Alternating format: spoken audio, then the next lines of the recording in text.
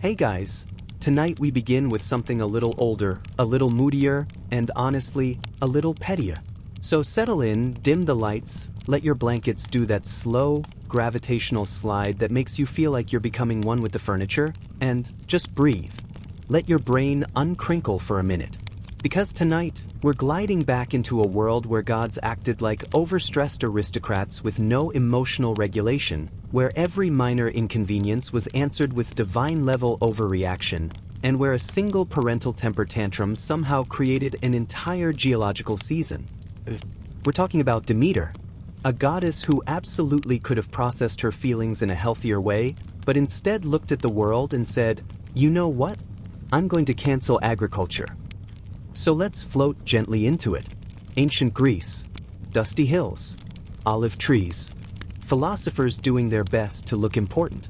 And somewhere above all that, a goddess preparing to weaponize crops like a passive-aggressive HOA president with unlimited power. Demeter is usually introduced as the goddess of grain, harvest, and fertility, which sounds warm and wholesome, like the mythological equivalent of a cottagecore influencer who does bread-making tutorials. But no, under the floral wreaths and rolling wheat fields, she's basically the world's oldest overprotective mom. The archetype, the blueprint, the "my daughter is my whole personality" pioneer. Her daughter, Persephone, is practically her emotional support human. And like many deities with unhealthy attachment patterns, Demeter treats Persephone's existence like the one stable thing holding her entire divine psyche together. Which is not ideal, but understandable when your extended family includes Zeus, Hera, and whichever sibling is turning into a swan this week. Persephone, meanwhile, is a perfectly pleasant goddess, young, bright, liked flowers, had a vibe somewhere between forest princess and girl who posts meadow selfies with captions about sunlight. She did not know she was living inside her mother's emotional panic room. She was just vibing. And that's where the problems begin. One morning, Persephone goes down to a meadow to gather flowers, because Greek myths love setting tragedies in meadows, as if grass is inherently traumatic. She's picking narcissus blossoms, probably humming, having the kind of peaceful day that makes poets write 6-stanza odes. Then the ground opens. Hades rises up in a chariot, and without so much as a hello, abducts her. Now, if Persephone had a cell phone, this would have been the perfect time to text "you good" to her mom. But unfortunately, divine kidnapping in the ancient world came with no tracking features. Demeter notices her daughter missing, which, to be fair, happens to human moms too. But unlike human moms, Demeter doesn't call the authorities. She is the authority, and she responds with what we might charitably call aggressive concern, and more realistically call a full-scale cosmic meltdown. She tears through the mortal world like a frantic Airbnb guest who lost the key, demanding answers, threatening nymphs, interrogating the sun god, who probably wished he'd used cloud coverage that day so he wouldn't be visible. And as she searches, something inside her just snaps. She stops caring about her divine duties. She stops blessing the fields. She stops maintaining the cycles of growth. And crops begin dying out of pure spite. This is where the myth takes its iconic turn. Mortals wake up to find their barley shriveling, their wheat crumbling, and their vines looking like they forgot to water anything for 3 months. Entire orchards go from abundant to depressing with the speed of an abandoned houseplant in a college dorm. Demeter decides she won't fix any of it until Persephone is returned. So yes, winter, entirely a hostage situation. And I know the famous summaries usually make it sound noble. Demeter grieving, Demeter mourning, Demeter letting the land reflect her sorrow. But no, let's honor the original energy. Winter happened because Demeter chose to stress-starve humanity until Zeus personally intervened. This is not gentle sadness. This is emotional blackmail on an agricultural scale. Meanwhile, Persephone is in the Underworld, getting the classic meet your new environment talk from Hades, who was apparently running a discount version of gothroommates.com. Hades gets described in myths as grim, stern, and unmoved, but realistically, he gives major introvert energy. He just wanted companionship and, instead of making friends like a normal god, He decided to kidnap a girl who likes flowers. Because nothing says healthy marriage like literal abduction. Persephone is understandably not thrilled. But she's also a goddess, so she's maintaining a level of calm that, honestly, deserves respect. She spends her time wandering the underworld gardens, which, surprisingly, exist. They're just a little grayscale. Like Victorian botanical illustrations if someone forgot to color them in. Back above, Demeter has reached her final form. The "I'm not mad, just disappointed" parent, except multiplied by cosmic power. The earth continues to dry up. Famine spreads. Animals start looking at each other like, "This feels ominous." And the humans, poor humans, start frantically sacrificing things at temples, hoping somebody will fix this. Zeus watches all this from Olympus like a man who absolutely knows he caused the problem but is waiting for someone else to bring it up. Because yes, he approved Persephone's abduction. Didn't tell Demeter, because of course he didn't. Zeus is allergic to transparency. Eventually, the mortal complaints hit a volume he can't ignore. People are dying. Temples are empty because there's nothing left to offer. Humanity is basically filing a collective customer service claim against the gods. So Zeus reluctantly sends Hermes, the divine errand boy, down to negotiate Persephone's release. Hermes goes to the underworld, explains the situation, and Hades, who knows he can't fight Zeus and Demeter combined, agrees to let Persephone go. Mostly, with one condition, the fruit trick. See, if Persephone eats anything in the underworld, she becomes bound to it. Forever. Hades, being exactly the kind of man who would say, technically we aren't married but also technically yes we are, offers her a pomegranate. Persephone, who has been manipulated in approximately 14 different ways in the last few days, eats a few seeds. Maybe out of hunger. Maybe curiosity. Maybe because she looked at the situation and thought, honestly, this is above my pay grade. Regardless, the rule kicks in. She can leave, but not permanently. She will spend part of the year above ground with her mother, and part below with Hades. And this is where Demeter invents seasonal depression. When Persephone returns to her, Demeter rejoices. The world warms. Crops grow. Flowers bloom again. It's basically a goddess-induced climate reset. But the moment Persephone descends for her underworld months, Demeter shuts the lights off again. She withdraws her blessing. Plants wither. The air chills. And mortals everywhere say, "Ah yes, winter. Time to suffer politely." This cycle becomes permanent. Persephone's annual commute between worlds becomes the template for the agricultural calendar. Spring and summer are the happy months when Demeter relaxes and lets things live. Autumn is her slow emotional spiral. Winter is her grudge. All because of spite. Divine, maternal, deeply committed spite. But let's wander back to Demeter herself, because she remains an absolute icon of complicated emotional decision-making. She's one of the few Greek deities whose power is directly tied to mood. Unlike Zeus, who throws lightning regardless of whether he's feeling philosophical or snacky, Demeter's psychological state literally controls the food chain. If she's having a bad day, the world starves. If she's feeling decent, you get a harvest. She is the ancient Mediterranean version of, if mama's not happy, nobody's happy, except it's actually genuinely accurate. And the thing is, the Greeks didn't judge her for this. They respected her. They built cult sites for her in places like Eleusis, where ceremonies were held in her honor, mysterious, mystical gatherings that promised some level of peace or comfort in the face of mortality. Demeter wasn't just a grumpy parent. She was the one divine figure humans could emotionally relate to. She had feelings. Big ones. Messy ones. The kind that leaked into the environment. But her story with Persephone also reflected how ancient cultures understood life itself. Cyclical, melancholy, predictable in its loss, but still full of renewal. Grain must die to sprout again. Persephone must descend to rise again. And Demeter must pout dramatically to give us winter and then relax enough to give us spring. And honestly, it tracks. If you've ever had to explain seasons to a child, because a goddess is being petty, is just as valid as anything else. Let's drift for a moment into the later interpretations of this myth. The Romans adopted it too, renaming Demeter as Ceres. Same story, same emotional weather patterns. Even into late antiquity, people didn't view Demeter as overreacting.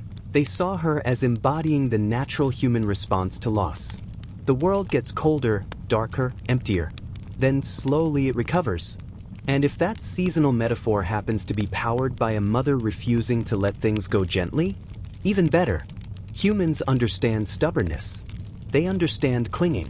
They understand the longing that refuses to resolve cleanly. But while the metaphorical beauty is all very poetic, we should also acknowledge the comedy in the situation. Because the gods of Olympus are, frankly, the least competent HR department imaginable. Zeus caused the problem. Demeter escalated the problem. Hades exploited the problem. Hermes patched the problem. And humans suffered through the problem. It's workplace dysfunction, but cosmic. Still, Demeter's myth stands out because, unlike most Greek stories, nobody gets violently smited, turned into a bird, or chased by a supernatural creature with too many limbs. It's just feelings. Very big, very dramatic feelings that drifted into the climate system like an emotional cold front. If you imagine Demeter walking across fields, her footsteps leaving frost because she's thinking about how nobody respects her boundaries, it genuinely becomes easier to understand why ancient people told this story every winter. Even now, people joke about being in their Demeter era during January. She's timeless. And on some level, the Greeks probably appreciated that. Gods who were too perfect were boring. Gods who were a mess were relatable. And Demeter was the most ancient, most divine version of "I'm fine," said through gritted teeth while everything around her falls apart.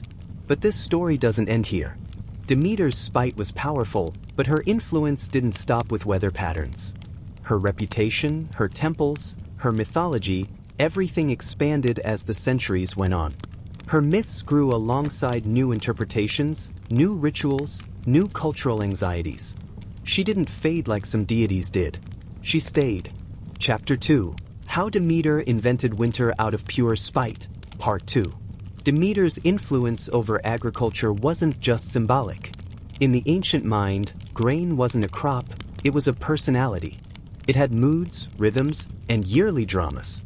And Demeter was the divine embodiment of all of it, which meant that farmers treated her with the same cautious politeness you'd use around a landlord who could raise your rent with a thought.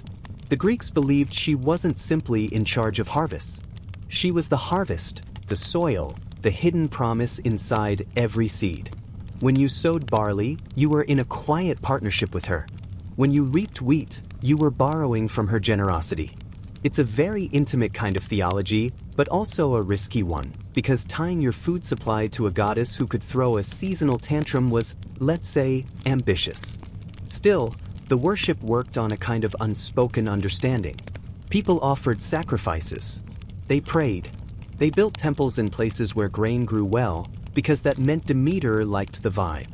In return, she kept the fields steady, unless someone annoyed her, in which case she simply shut everything down like a bored admin turning off Wi-Fi. And this brings us to Eleusis, the town that more or less cornered the market on Demeter worship. The Eleusinian mysteries were annual rituals so secretive that historians still don't fully know what happened inside them. Ancient participants swore an oath of silence, which they actually kept, remarkably unlike the Olympian gods, who would have leaked the ritual details in a week just for attention. But what we do know is that the mysteries were less about spectacle and more about reassurance. Attendees weren't there to be dazzled, they were there to feel safe. Demeter's rituals promised a quiet understanding of life's cycles. They weren't loud, they weren't violent, and they weren't chaotic. They were slow, solemn, and contemplative. The kind of religious experience where you come out thinking, ah yes, things die, things grow, things return, and then go home feeling slightly more emotionally calibrated. It's fitting because Demeter herself was not a goddess of booming power displays.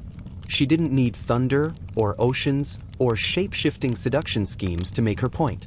She had grain, simple, vital, grounding. And grain was enough. Her power manifested in subtle ways. The tenderness of green shoots, the hush of a ripening field, the soft crumble of earth between fingers. But when deprived of her daughter, all that softness turned brittle. Life thinned out. The world wilted. Mortals wandered the countryside in confusion, certain that they had somehow offended her, even though the real issue was a family argument happening on a divine group chat they weren't privy to. The Greeks lived closely with their land. They could tell when soil was sick or when weather patterns felt wrong. So when Demeter withdrew, they noticed immediately, and that collective fear built her mythic importance. She wasn't just a goddess, they needed her. She was one of the few deities people loved with something close to human warmth. And that warmth was strongest in her relationship with Persephone. Persephone's presence brought spring and summer because Demeter let herself breathe when her daughter was near. The earth relaxed. The goddess calmed. But the moment Persephone returned to the underworld, Demeter's anxiety wrapped itself tight again, and frost crept across the hills. The entire calendar became a reflection of motherly attachment boundaries that were, frankly, in desperate need of divine therapy. But the Greeks weren't judging, they were observing. Watching the world go dormant in winter wasn't frightening once you believed it mirrored the natural ebb of a goddess mourning her daughter's absence. Demeter's story wasn't just myth. It was agriculture's emotional narrative. When you sowed seeds in autumn, you were reenacting Persephone's descent. When you saw shoots in spring, it was her return. And every winter night, when the cold settled into stone houses and the fields slept under frost, it was simply Demeter grieving again. Predictably, lovingly, patterned. The Greeks also liked the idea that even gods had emotional vulnerabilities. It made the world feel more understandable. If Demeter's sadness caused famine, then famine wasn't a cruel mystery, it was a divine mood. And moods could change. They had rhythm. That kind of thinking brought comfort. Still, Demeter wasn't always tragic. She had her petty moments. Quite a few, in fact. One particularly gentle example comes from her time wandering the earth in disguise after Persephone's abduction.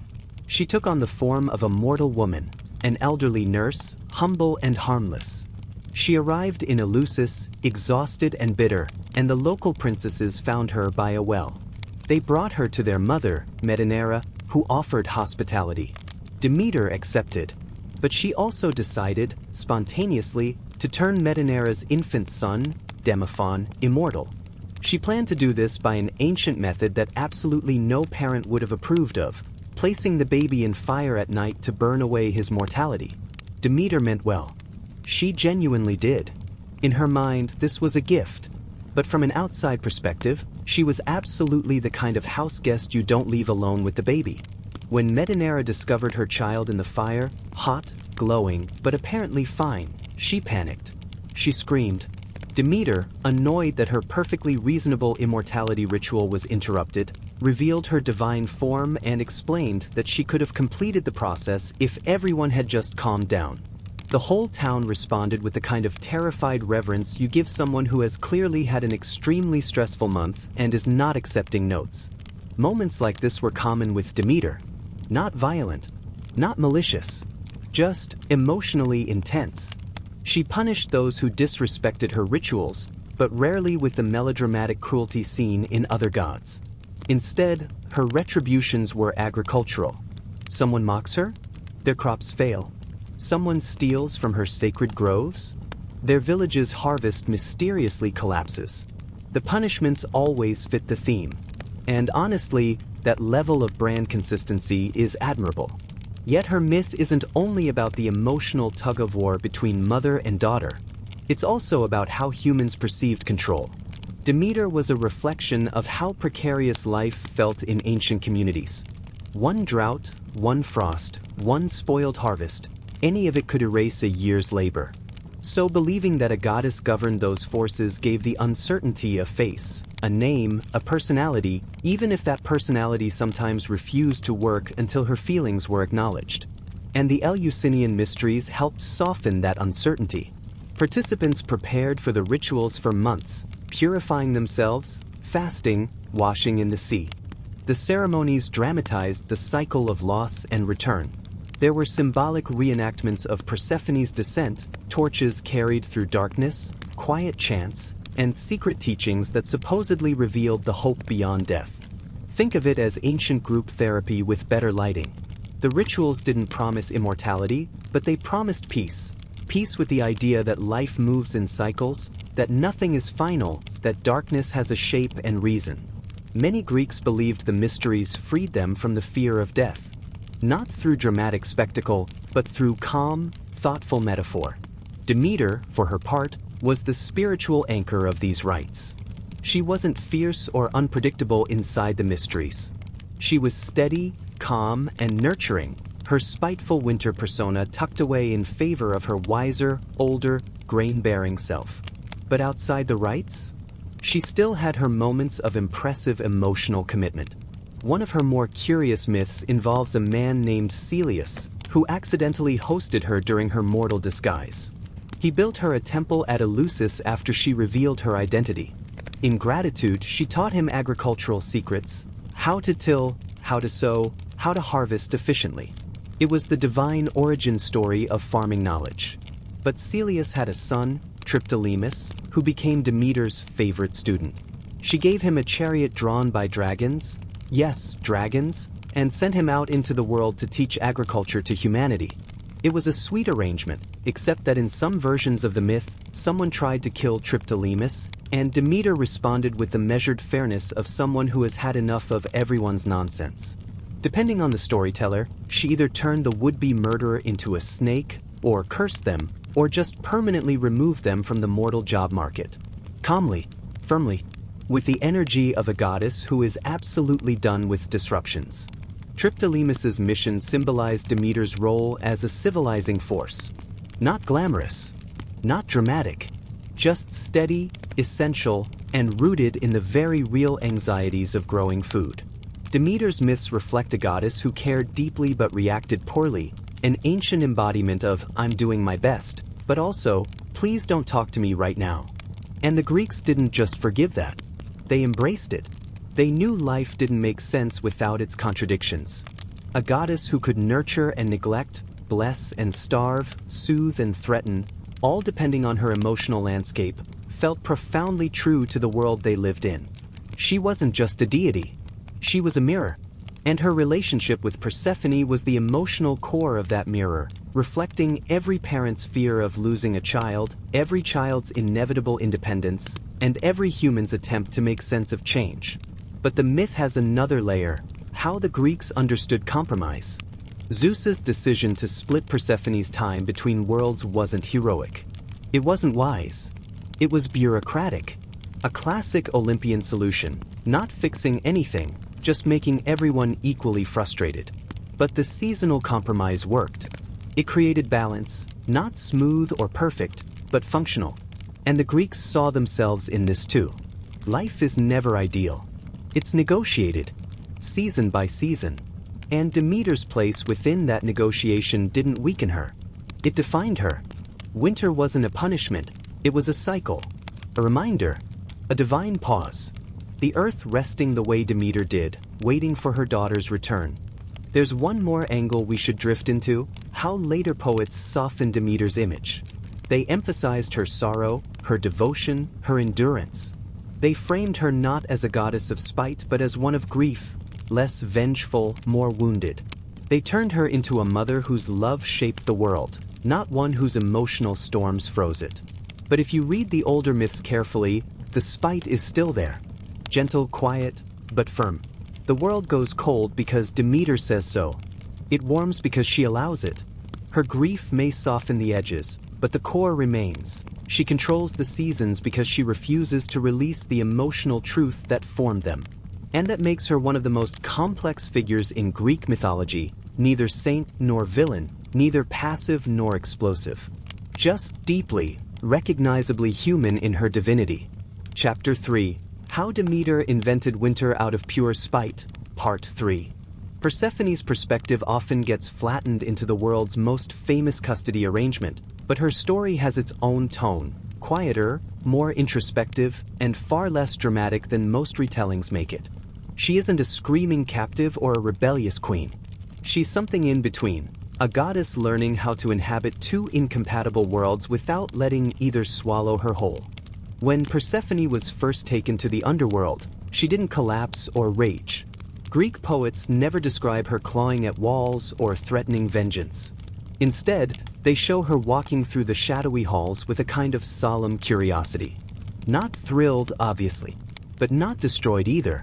The Greeks had a talent for imagining goddesses who feel emotions deeply without turning them into theatrical performances.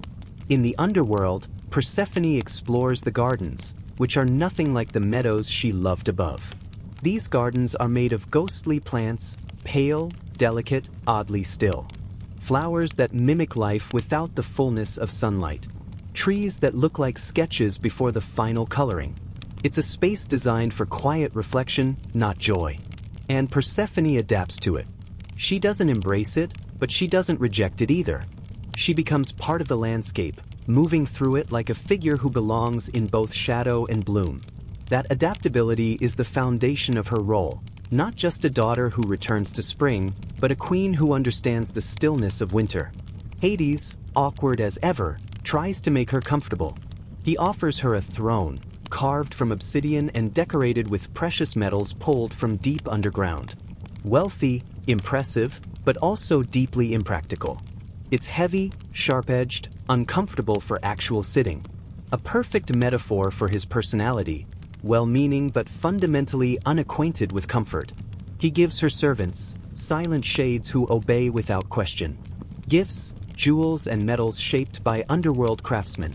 Companionship, polite, distant, stiff. It's all very introverted host showing off his rock collection. Persephone receives these gestures with calm neutrality. She doesn't swoon over him, but she doesn't reject him either.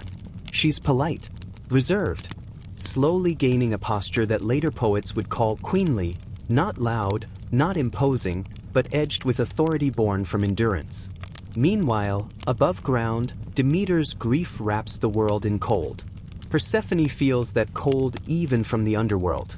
Myths hint that she senses her mother's sorrow echoing through the earth, like distant vibrations. It's not guilt, exactly, but an awareness, a thread tying her heart to the surface. One that never breaks, even as she settles into her new role. There's a subtle irony here. While Demeter's grief reshapes the seasons, Persephone's responses are quiet, patient, gentle. She doesn't fight the cycles that bind her. She moves within them. Her story is about accommodation, not rebellion. But her life in the underworld isn't directionless. She begins to learn the rules of shadow, the politics of the dead, the rhythms of silence. She becomes someone who can comfort shades, judge disputes, and oversee ancient rites in the afterlife.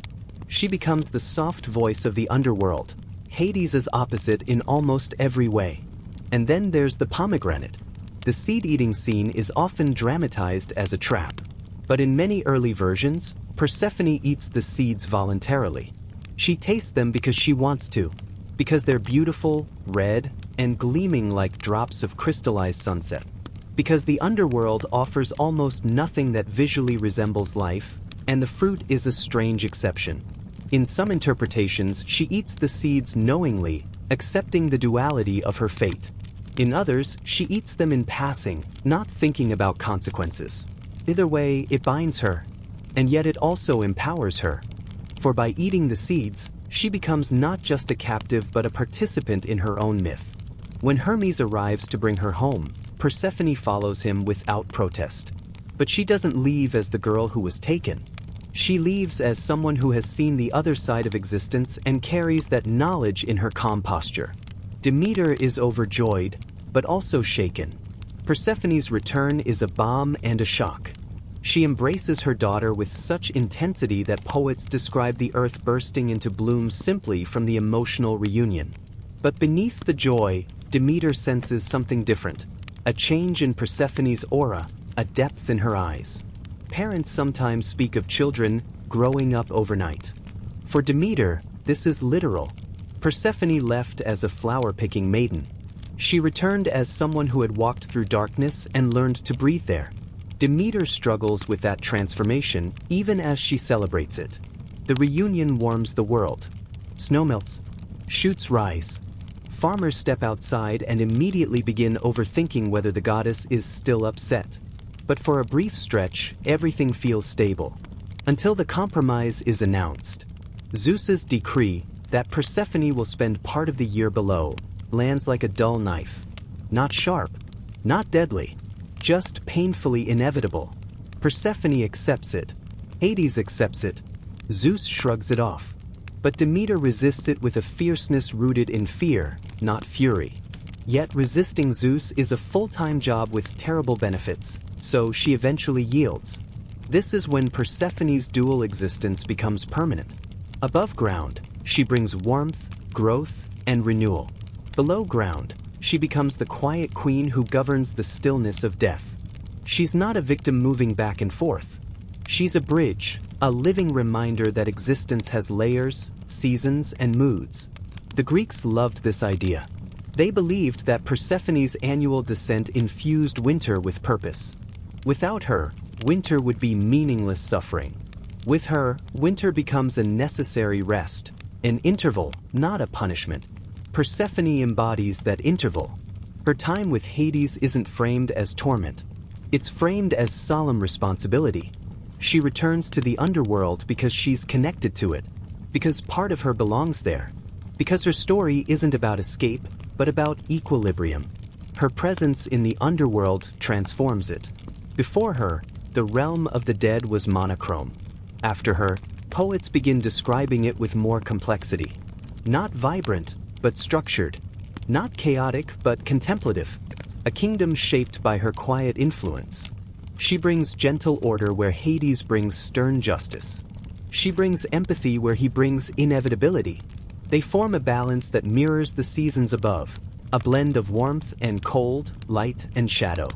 There's a particular myth where Persephone judges the soul of a young woman who died unjustly.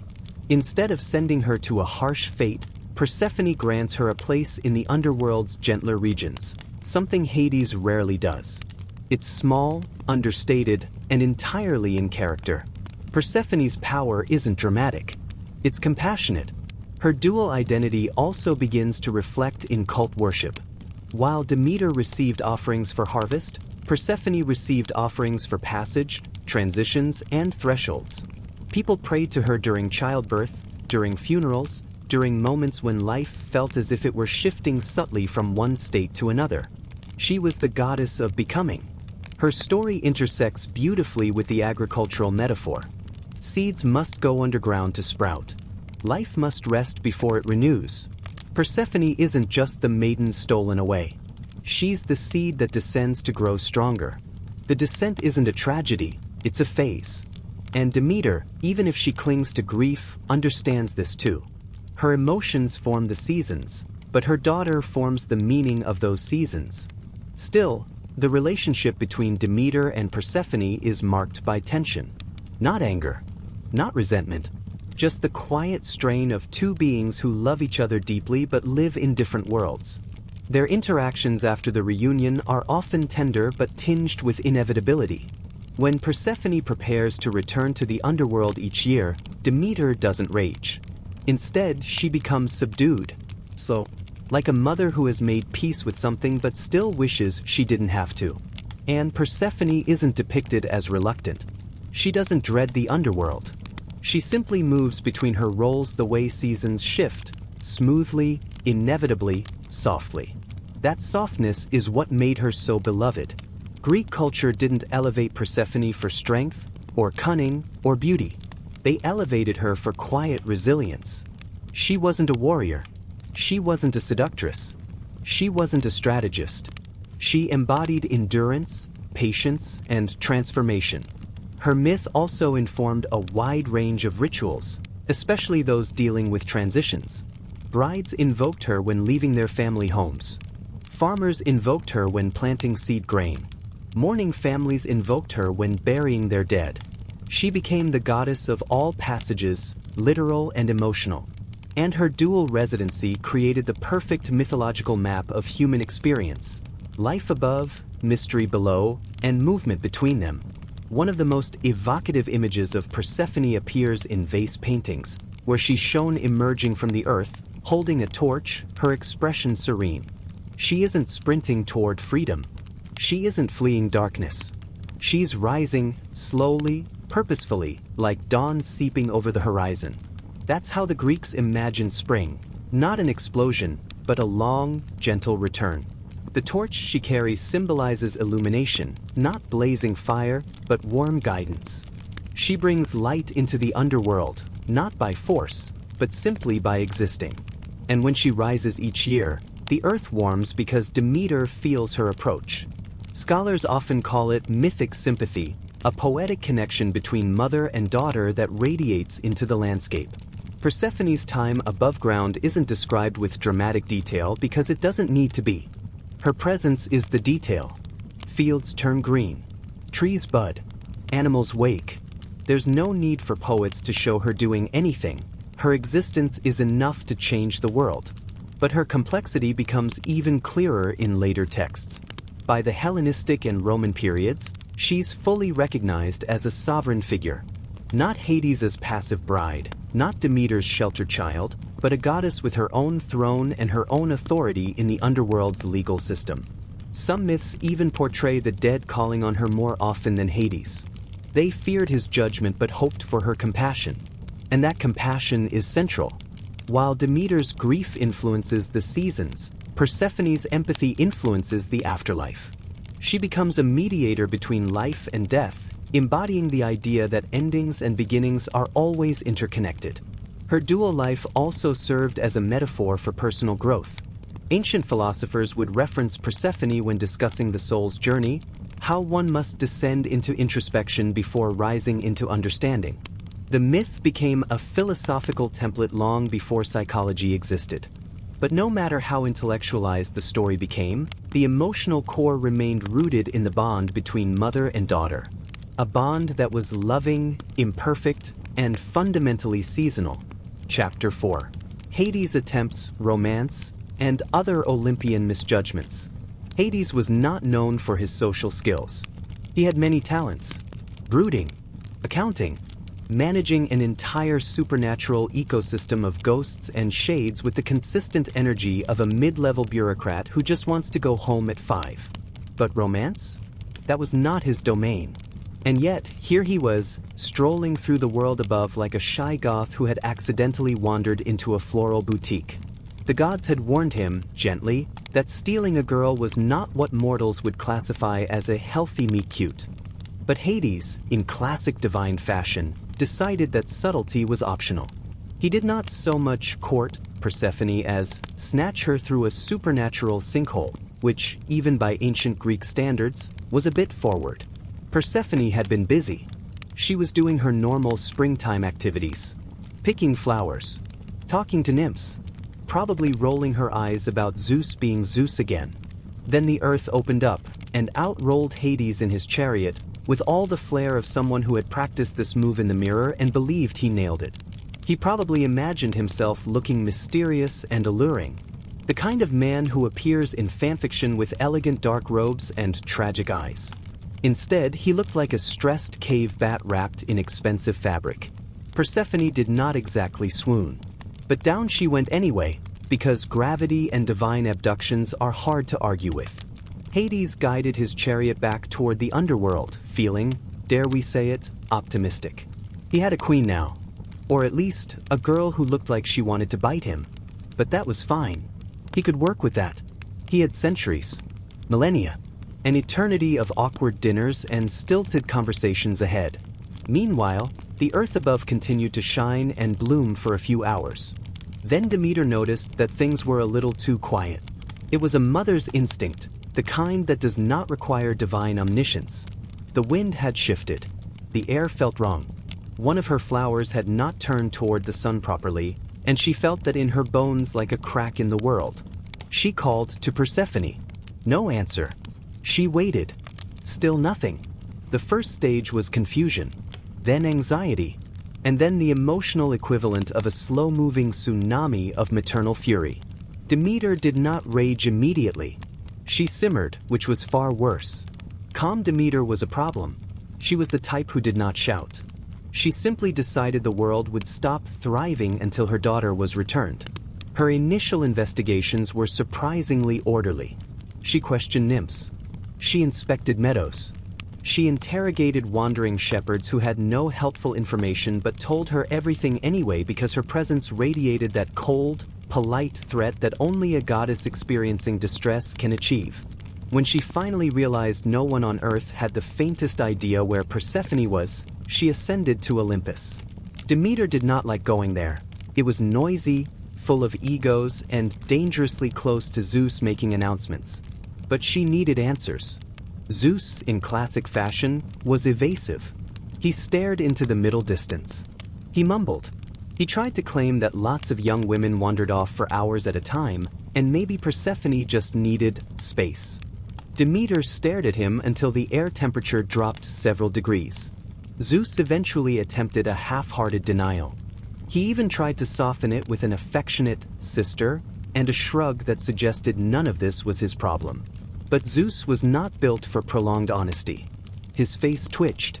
Demeter raised an eyebrow. And then he cracked faster than a cheap amphora. He admitted that yes, technically, he might have given Hades permission. And yes, possibly, he had forgotten to mention it to Demeter because he anticipated this exact reaction and frankly did not want to deal with it. Demeter did not yell. She did not scream. She did not hurl a lightning bolt at Zeus, even though it would have been a satisfying bit of poetic justice. She simply turned, descended the mountain, and walked away. No goodbyes. No dramatic speech. It was the silence that terrified the world. She withdrew from her duties as the goddess of harvests and seasons. Fields began to yellow. Leaves cracked under their own dryness. Animals hesitated to breed. Humans prayed and panicked at the same time, their offerings piling up at abandoned altars like forlorn apologies. Meanwhile, Persephone sat in Hades's cavernous, dimly lit palace. Hades hovered nearby like a deeply uncomfortable host who wasn't sure if his guest was going to eat the food or throw it at him. He tried to make conversation. It went poorly. He offered her a tour of the Underworld. She politely declined by staring at the wall. He summoned servants to bring her flowers, forgetting that they all came from the asphodel meadows, which only accentuated the depressing ambience.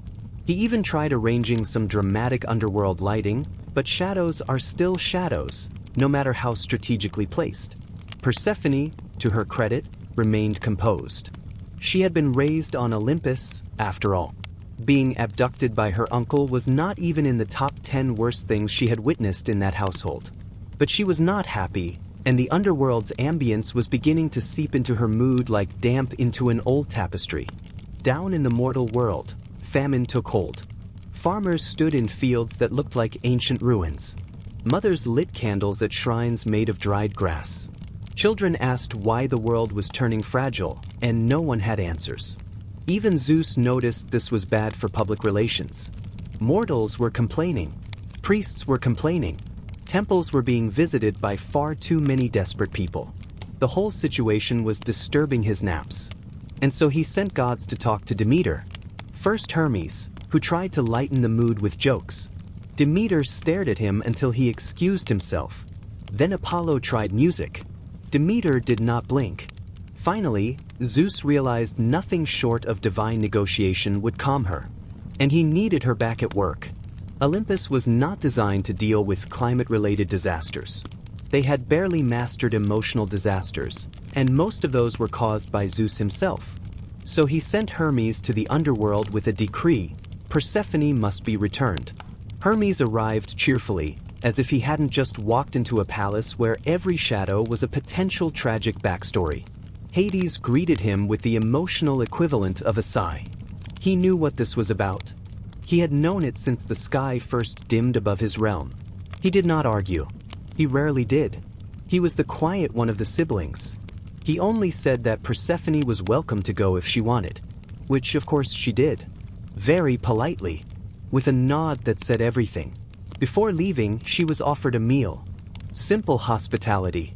A tray of beautifully arranged pomegranate seeds. And Persephone, hungry, exhausted, and probably fed up, ate a few. Just enough to be polite. Just enough to accidentally alter the entire climate of the world for the rest of time. Because the underworld had rules. Magical contracts. Cosmic boundaries. And eating even a single seed bound her to return someday. When Hermes led her out into the bright air above, the moment was golden. Demeter saw her daughter again. Persephone saw her mother again. And the sunlight felt a little less fragile.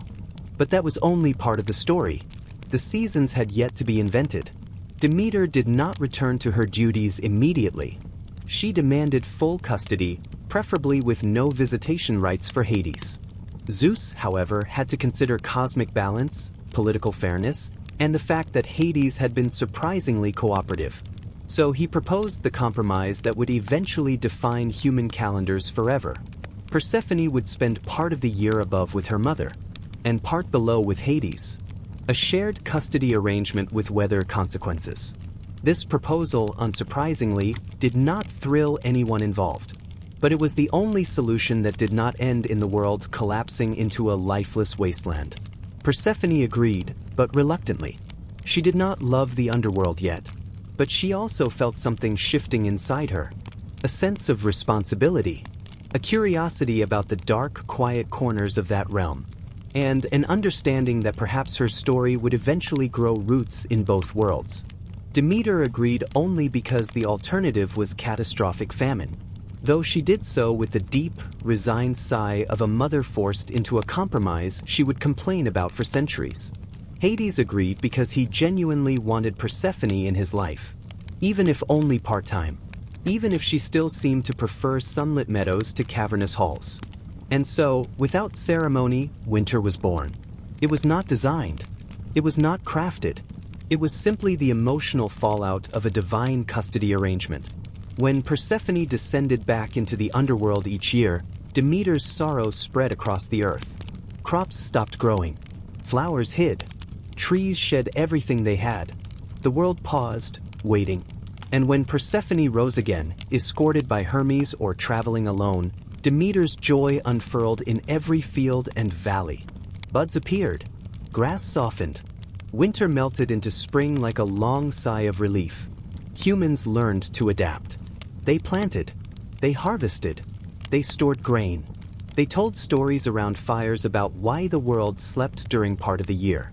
And they became accustomed to the gentle rhythm of a world shaped not by science or meteorology, but by divine family drama. Winter became a season of patience, a reminder that even gods could not escape the consequences of their relationships. And Demeter, for all her grief, found a strange comfort in the cycles. A knowledge that Persephone would always return. Not kidnapped, not stolen, but choosing to come back in a way. Even if she spent half the year living with a husband who was still learning how to decorate a room without making it look like a crypt. The world returned to balance. Imperfect but stable. Demeter watched the fields bloom again. Persephone stood beside her, sunlight on her face. And deep below, Hades waited quietly, knowing that each year would bring her back, not through force, but through fate. The seasons had settled into their eternal pattern. Chapter 5. Persephone learns the art of underworld diplomacy. Persephone's first official return to the underworld as a part-time queen was, in every possible sense, awkward. She had spent months above ground basking in her mother's affection, sunlight, birdsong, and the general lack of dead people drifting around like confused ghosts on lunch break. The underworld, by comparison, greeted her with its trademark stony chill and a staff that kept bowing at her like they were afraid she would smite them for breathing too loudly. Hades tried to make the moment dignified. He'd redecorated, or at least attempted to. There were new torches, polished floors, a few vases in the hallways, presumably chosen from a catalog with titles like Gloom, but make it luxurious. But the place still held the ambience of a very expensive mausoleum, no matter how many throw rugs he added. Persephone entered with cautious poise. She wasn't exactly thrilled to be there, but she wasn't sulking either. She had accepted her dual-world existence with the same resigned grace that children of divorced parents tend to develop, minus the custody lawyers, plus supernatural contracts binding her to a realm of eternal shadows. Hades approached her slowly, as though she were a nervous deer that might bolt if he spoke too loudly. He nodded, murmured a soft greeting, and looked like he wasn't sure what to do with his hands. Persephone answered politely, with a tone suggesting that she appreciated his effort but still preferred a meadow. The first few days passed quietly. Persephone walked the silent corridors. Hades worked in his immense administrative office, sorting souls with the grim determination of someone who secretly liked paperwork. Cerberus, the three-headed dog, followed Persephone around with the enthusiasm of a giant puppy, which helped soften the general gloom. She even scratched behind his middle ear once, and all three heads wagged, causing enough force to knock over two decorative pillars. The servants adored her. They whispered about her grace and brightness, marveling at her ability to bring a hint of spring into a place that had never known seasons. Some of them were shades, transparent and uncertain, but even they perked up when she passed, as if recalling for a moment that warmth once existed. It was during this first season below that Persephone began noticing little things about the underworld, things she had ignored during her abduction. There was structure, organization, strange pockets of calm, a steady rhythm that contrasted sharply with the chaotic mood swings of Olympus. Down here, no one was shouting. No one was throwing thunderbolts at relatives during dinner. No one was fighting about who insulted whom 3 centuries ago. It was quiet, and in that quiet, Persephone found space to think. This was something new. Up on Olympus, thinking was a risky pastime. The house was too full of distractions.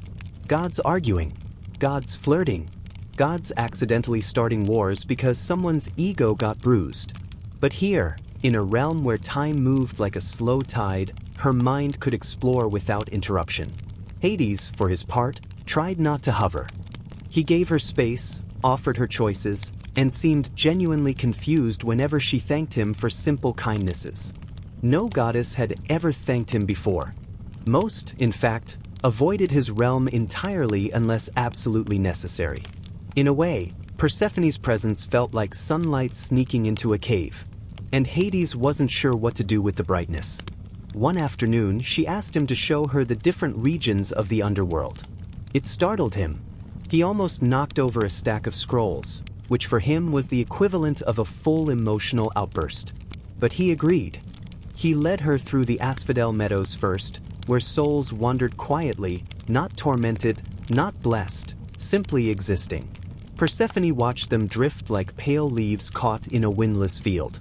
Their expressions were blank but peaceful, and she felt something tug gently at her heart. There was sadness here, but also stillness. A kind of serenity she had never seen in Olympus, where even the furniture had opinions. Next, they crossed into the Elysian fields. This section, in contrast, glowed softly. Blessed souls moved with ease, speaking in low tones, enjoying an eternal retirement that included neither suffering nor divine meddling. Persephone tilted her head, studying their calm joy. It was strange, beautiful, a little eerie, like seeing a dream that stayed intact after waking. Finally, Hades showed her the deepest, darkest regions, Tartarus, sealed off by iron gates and ancient magic. She did not linger there long. She felt the weight of old divine grudges pressing against her skin. Even Hades kept a respectful distance, which told her everything she needed to know. When they returned to the upper palace, Persephone felt different. Not fully comfortable, but not frightened. Not trapped. Something in the underworld resonated with her, quietly, subtly, like a note held beneath a melody she didn't yet know she was humming. The days slipped by in gentle patterns. Hades resumed his endless clerical duties. Persephone explored, learned names, spoke to shades with the patient tone of someone who genuinely cared. She didn't rule exactly, more like she listened. She soothed. She understood. The underworld responded to her presence in strange ways. Flowers sprouted where she sat too long. The faint scent of spring clung to the corridors. Some shades reported feeling more whole, as though a forgotten part of themselves had stirred when she greeted them. She did not force these changes. They simply happened. And Hades noticed. His staff noticed too. They started polishing things a little more, lighting more torches, arranging fruit bowls, and then remembering that guests here rarely ate. Basil, who tried. Persephone brought something to the realm that they couldn't name, but wanted more of. Yet each night, Persephone also thought of her mother, Demeter's warmth, her voice, her devotion. the way the earth bloomed at her touch, and she wondered if Demeter was staring at the horizon, counting the days until spring. She missed the sky, but she also didn't feel entirely out of place here. It was a quiet emotional paradox, the kind that myths often gloss over. Persephone did not simply become a queen overnight. She also did not collapse into despair. Instead, she floated between two identities, daughter of spring, queen of shadows. But neither. Something new entirely. One evening, after a particularly long day of shadowy administrative chaos, apparently 5,000 new souls had arrived with very complicated paperwork. Persephone wandered into Hades' study. He was hunched over a scroll, muttering about formatting inconsistencies. She knocked softly.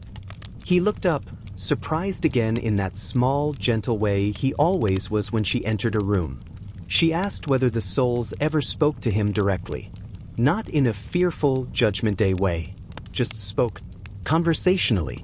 Hades blinked at her, puzzled by the very idea.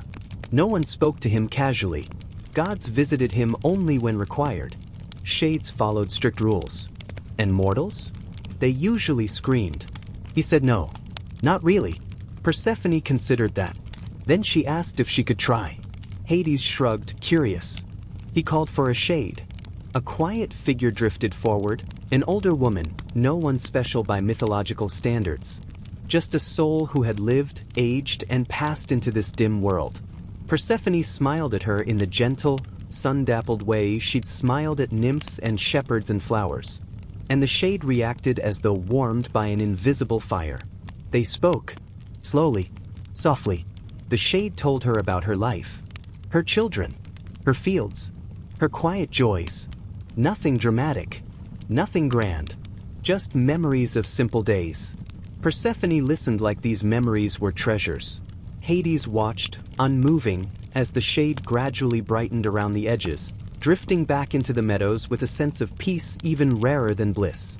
He had never seen that before. He quietly asked Persephone how she did it. She shrugged, said she had simply listened. And that was when Hades realized that rulebooks and cosmic contracts aside, Persephone was doing something he couldn't. She was humanizing the realm of the dead, bringing life to a world defined by stillness. Not with grand gestures, not with spells, just with presence. The next weeks drifted in that same quiet rhythm. Persephone helped where she could, listened, asked questions, leaned into her emerging role without forcing it. If Olympus had majesty and chaos, and the mortal world had seasons and survival, the underworld had contemplation. And Persephone unknowingly became its heartbeat. But the world above did not care about symbolic growth. It cared about crops, livestock, stability, and Demeter was growing tense. As Persephone's time in the underworld stretched toward its natural end, the earth began to stir. Snow thinned, grass peeked out. Demeter paced the boundaries of fields, waiting. Persephone felt it, like a pull in her bones. A reminder that she belonged to two realms. And then one morning, Hades found her standing near the entrance of the great cavern, fingertips brushing the outer air. She explained gently that it was time. The world needed her. Her mother needed her. Hades nodded, resigned but not resentful. He had become accustomed to her presence, but he understood limits better than any god. Eternity teaches patience, and he'd had more eternity than anyone. He offered her a small bag of seeds for the road. Not pomegranates. Just simple seeds from the asphodel fields. A token, not a trap. She accepted. And then she rose again. The earth awakened with her footsteps. Snow melted in ripples. Rivers widened. Birds returned with confused enthusiasm. Demeter rushed to her daughter with the kind of relief that makes the whole world exhale through newly opened blossoms. Persephone, for her part, did not explain everything she'd done in the underworld. Demeter wouldn't have understood yet. It wasn't about choosing one world over another. It was about understanding both. Chapter 6, Demeter adjusts to shared custody badly. Demeter was many things. A goddess, a nurturer, a provider of life. But she was not, and never pretended to be, a reasonable co-parent in a divine custody arrangement. The first spring after Persephone's return, she behaved with all the emotional subtlety of a mother hen who had just lost her favorite chick to a fox and then been told the fox was actually very respectful now. She hovered, constantly. Persephone could not take 3 steps without Demeter materializing to ask whether she was comfortable, whether she was hungry, whether she needed more sunlight, or whether Hades had said anything strange. Every question was delivered with careful, icy politeness, the kind that carried an unspoken threat of maternal vengeance. Persephone tried to reassure her. She explained that Hades had been perfectly civil. No chains, no dramatic imprisonments, no shadowy theatrics outside of his usual ambient mood.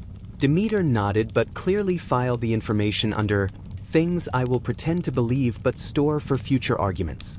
She had waited months for her daughter's warmth to return to the world. Now that Persephone was back, Demeter tried to stuff a year's worth of affection into every moment. Fields exploded with blossoms. Trees overproduced fruit like they feared disappointing her. Farmers found themselves wading through knee-deep grain as Demeter hyperfocused her maternal anxiety into agricultural overachievement. Persephone gently suggested that perhaps the world did not need quite this many apples. Demeter stared at her and said something like, "If a tree wants to give, let it give," while aggressively planting another orchard. But beneath her frantic productivity, Demeter was deeply grateful. Her daughter was home, breathing the mortal air that smelled like fresh earth and possibility. She clung to Persephone, not physically, but emotionally, as though the upcoming change of seasons was a rumor she could ignore if she decorated enough meadows. The two of them settled into a routine. They walked through budding fields. They spoke softly about mortal villages and the rhythms of crops. Persephone helped coax new life from the ground, her presence bright and steady. When Demeter watched her, she saw glimpses of the girl she'd raised, the child who once ran laughing through fields of barley, who wove wreaths out of wheat stalks, who asked questions about every plant as though the world were a grand garden grown just for her. And yet Demeter also saw something new, a quietness, a weight behind Persephone's eyes, a depth that hadn't existed before. Persephone did not talk much about the underworld, but she carried it with her like a second season, one that settled lightly over her every gesture. Demeter did not like that, not because she feared her daughter had changed. Change was inevitable, but because she feared that some part of Persephone might prefer the calm steadiness of Hades's realm to the chaotic vibrancy of the living world. That possibility made Demeter work even harder to create a perfect spring. One afternoon, as they walked through a field of young wheat, Persephone paused. She knelt, brushing the tips of the stalks with careful fingers. The plants shivered with life. Demeter waited, expecting her to comment on the new growth. Instead, Persephone murmured that the underworld had a quiet pattern too. Souls wandering like seeds in a place without wind. A stillness unlike anything above. Demeter listened, but her shoulders tightened. It was the first time Persephone had mentioned the underworld gently, without resentment, without fear. And Demeter's heart, usually so attuned to the cycles of the earth, clenched like a vine pulled too tight. She answered with forced calm. Spoke about renewal. Persephone nodded politely, but she did not take back the words she'd spoken. The tension remained, soft but present, like the faint chill hiding beneath early spring warmth. As weeks passed, the world flourished. Flowers bloomed exuberantly, unaware that divine emotions were fueling their intensity. Rivers thawed. Birds returned, confused but enthusiastic. Mortals held festivals honoring Demeter and Persephone, lighting lamps and offering bread woven into braided shapes. Persephone smiled at these rituals, but they also reminded her of the strange split in her existence. Half loved by mortals for bringing life, half bound to the realm where life had ended. She found herself wandering alone more often, sitting beside quiet ponds, letting breezes ruffle her hair. Demeter watched from a distance, pretending not to be concerned while tracking her movements with the precision of a hawk monitoring an unattended picnic. Persephone's solitude was not avoidance. It was reflection. She had seen eternity from two angles now, bright and blooming, dim and steady. She was learning she could not simply revert to who she'd been before her abduction. She had left something in the underworld that she could not retrieve. And she had brought something from the underworld that she could not hide. She grew quieter. Not sad. Not withdrawn. Just contemplative. The way people become after living somewhere that reshapes them. Demeter noticed everything. Mothers do. She tried to fill Persephone's days with activity. Blessing groves. Teaching new farming techniques to priests. Inspecting granaries with unnecessary detail. Persephone followed along politely, offering smiles and answers, but Demeter could sense that her daughter's heart wandered toward thoughts she would not voice. Eventually, Demeter decided she needed to intervene, subtly or otherwise. She approached Persephone one evening as the sun dipped behind rolling hills, turning everything gold. She spoke gently but firmly. Asked if Hades had done anything to trouble her. If he had said something. Suggested something. Tried something. Persephone blinked, confused. She replied honestly, no. He had been respectful. Quiet. Surprisingly accommodating. Demeter frowned. That was almost worse. She had expected to hear about some brooding misstep, some melodramatic gesture involving shadows, or perhaps an emotionally repressed monologue. But hearing that he was kind, genuinely, awkwardly kind, unnerved her more than any threat would have. Kindness could grow roots. And roots were dangerous. Demeter smiled, but it was tight. Persephone noticed. She always noticed. And she finally said the thing Demeter feared. I don't hate being there. The air stilled. Birds went silent. Even the wheat seemed to hesitate. Demeter said nothing at first. She was processing. She was reconciling the image of her innocent, laughing child with this grown woman who had dignity, agency, and a realm that relied on her. She swallowed carefully. Asked whether Persephone meant she preferred the underworld. Persephone shook her head. Not preferred. Not wanted more. Just didn't reject it. She explained that the underworld wasn't cruel. It wasn't monstrous. It was simply another side of the world. Quiet, thoughtful, heavy, but in a way that made her feel grounded. Demeter's face softened in a way that was not relief, but resignation. She understood change. She governed cycles. Growth, decay, renewal. She knew better than anyone that nothing remained as it was. But knowing this did not make it easier. The conversation ended gently, drifting into silence. Persephone squeezed her mother's hand. Demeter squeezed back. Neither spoke of the tension again. But it lived beneath their connection, like a frost hidden under green shoots. As the season advanced toward summer, Demeter found herself watching Persephone with a new awareness. Her daughter's laughter carried an undertone now, a slight resonance that hinted at darker caverns and drifting souls. Persephone's eyes glimmered not just with sunlight, but with shadow. She was not one thing anymore. She was two. And the world had room for only half of her at a time.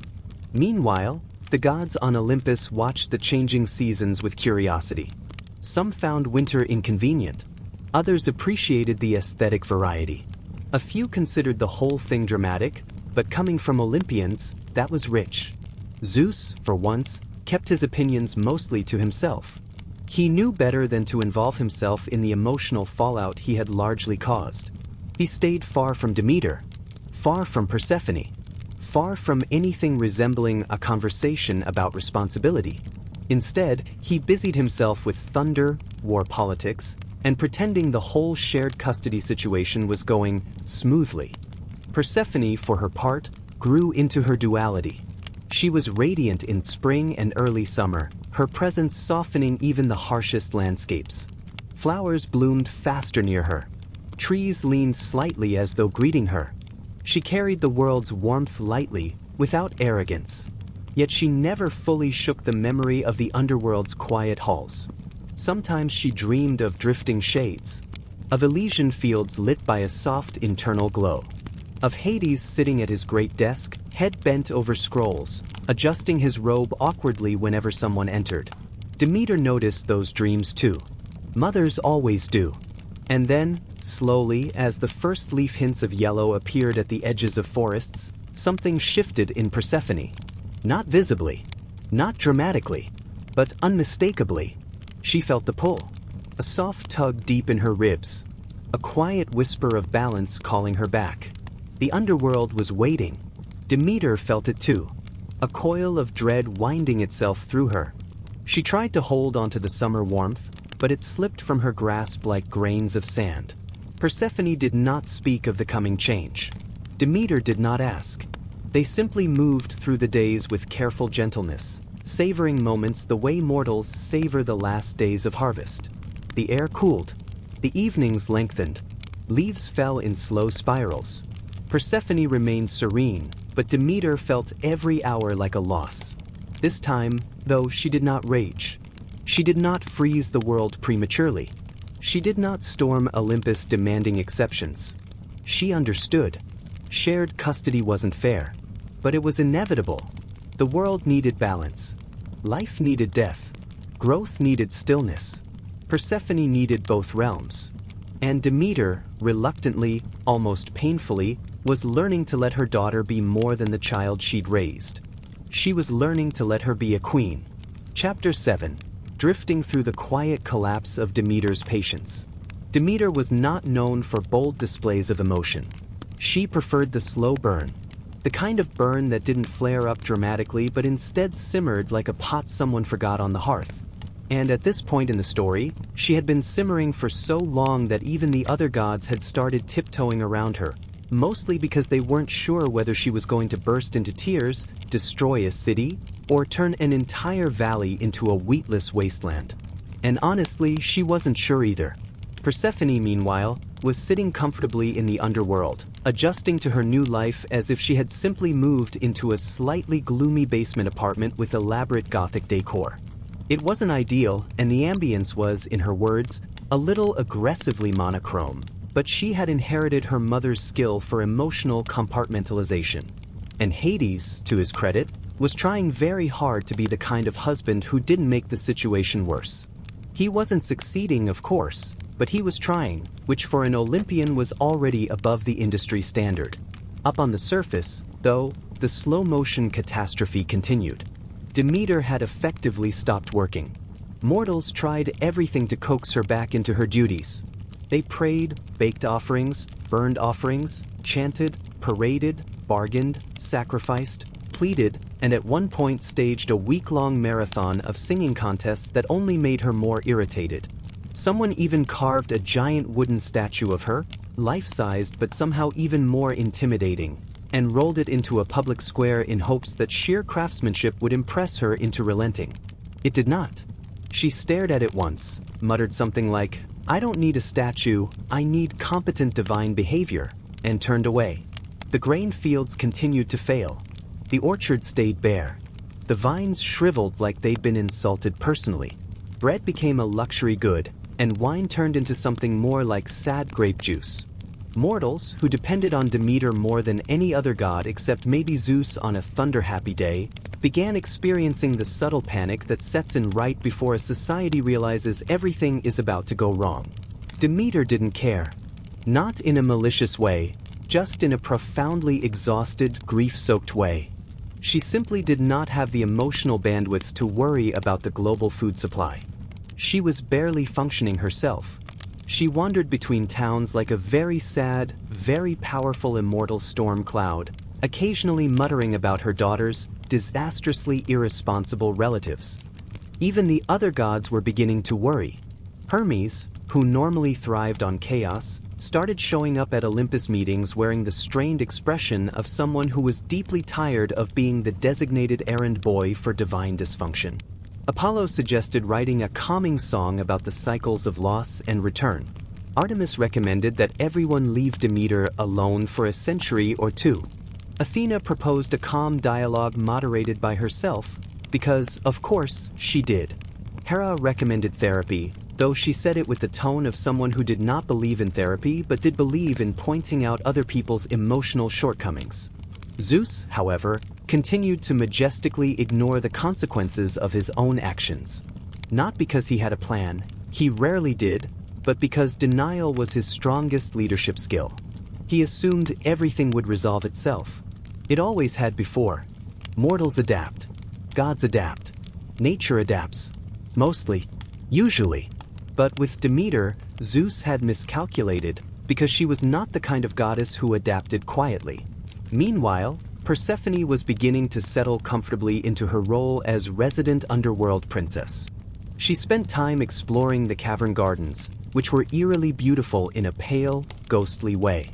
She chatted with the shades wandering low-ceilinged halls, listened to Orpheus-related gossip, and occasionally wandered into Hades's throne room to observe her husband doing his version of bureaucratic paperwork. Mostly, she tried to make sense of her new circumstances without making an emotional mess out of it. She didn't hate Hades. He was awkward, lonely, and strangely respectful in his own grim way. But she didn't exactly love the idea of being forcibly relocated to a place where the sun was a rumor and flowers came in only two varieties, pale or paler. But time in the underworld moved differently. Shadows stretched and curled. Silence pooled in corners. Persephone began noticing she was thinking about her mother more and more. Not in a guilty way, just a gentle ache that stayed with her day after day. She wondered if Demeter was coping. She assumed, incorrectly, that Zeus had already smoothed things over. Persephone had grown up with Olympian logic, after all. And in Olympian logic, the person who caused the problem was usually the last person held responsible for fixing it. Eventually, because someone had to do something, the gods held a formal meeting. It was the kind of meeting where half the attendees were reclining on clouds, 3 were openly ignoring the agenda, 1 was braiding someone else's hair, and Zeus was clearing his throat dramatically in ways he believed made him sound authoritative. Hermes began the meeting by explaining the situation in simple terms. Crops dying, mortals starving, chaos spreading. He spoke slowly, with the weary precision of someone who had repeated this explanation many times already. Zeus listened with the same facial expression he wore during thunderstorms he didn't start, mildly confused and vaguely inconvenienced. After Hermes finished, Zeus suggested giving Demeter a little time. Hera responded with a very long sigh that carried the weight of millennia. Athena suggested a diplomatic envoy. Apollo offered poetry as a solution again, which everyone ignored. Dionysus asked if anyone had wine, which was a sore subject, given the crop failure. They needed a plan. A real one. Eventually, they chose the path the gods always chose when they didn't know what to do. They sent Hermes. Hermes was displeased. He was the only divine being who actually read schedules and maintained something resembling boundaries, and this assignment threatened both. But he agreed, because he was also the only god who consistently got things done. When he reached Demeter, he found her sitting on a stone overlooking a barren plain, staring into the distance like she was auditioning for the lead role in the world's saddest pastoral painting. Hermes approached with the caution of someone greeting a highly unstable weather pattern. He explained the mortal suffering. He explained that the other gods were concerned. He explained that Persephone wasn't actually miserable in the underworld. Demeter listened with the full weight of her sorrow pressing down on her expression. Then she said something simple and devastating. It does not matter how she feels there. Persephone belongs with me. Hermes sighed the sigh of a god who knew he would be blamed for whatever happened next. Then he said the thing he really didn't want to say but had been explicitly sent to deliver. Zeus says the world can't continue like this. Demeter let the words sink in. Her shoulders sagged.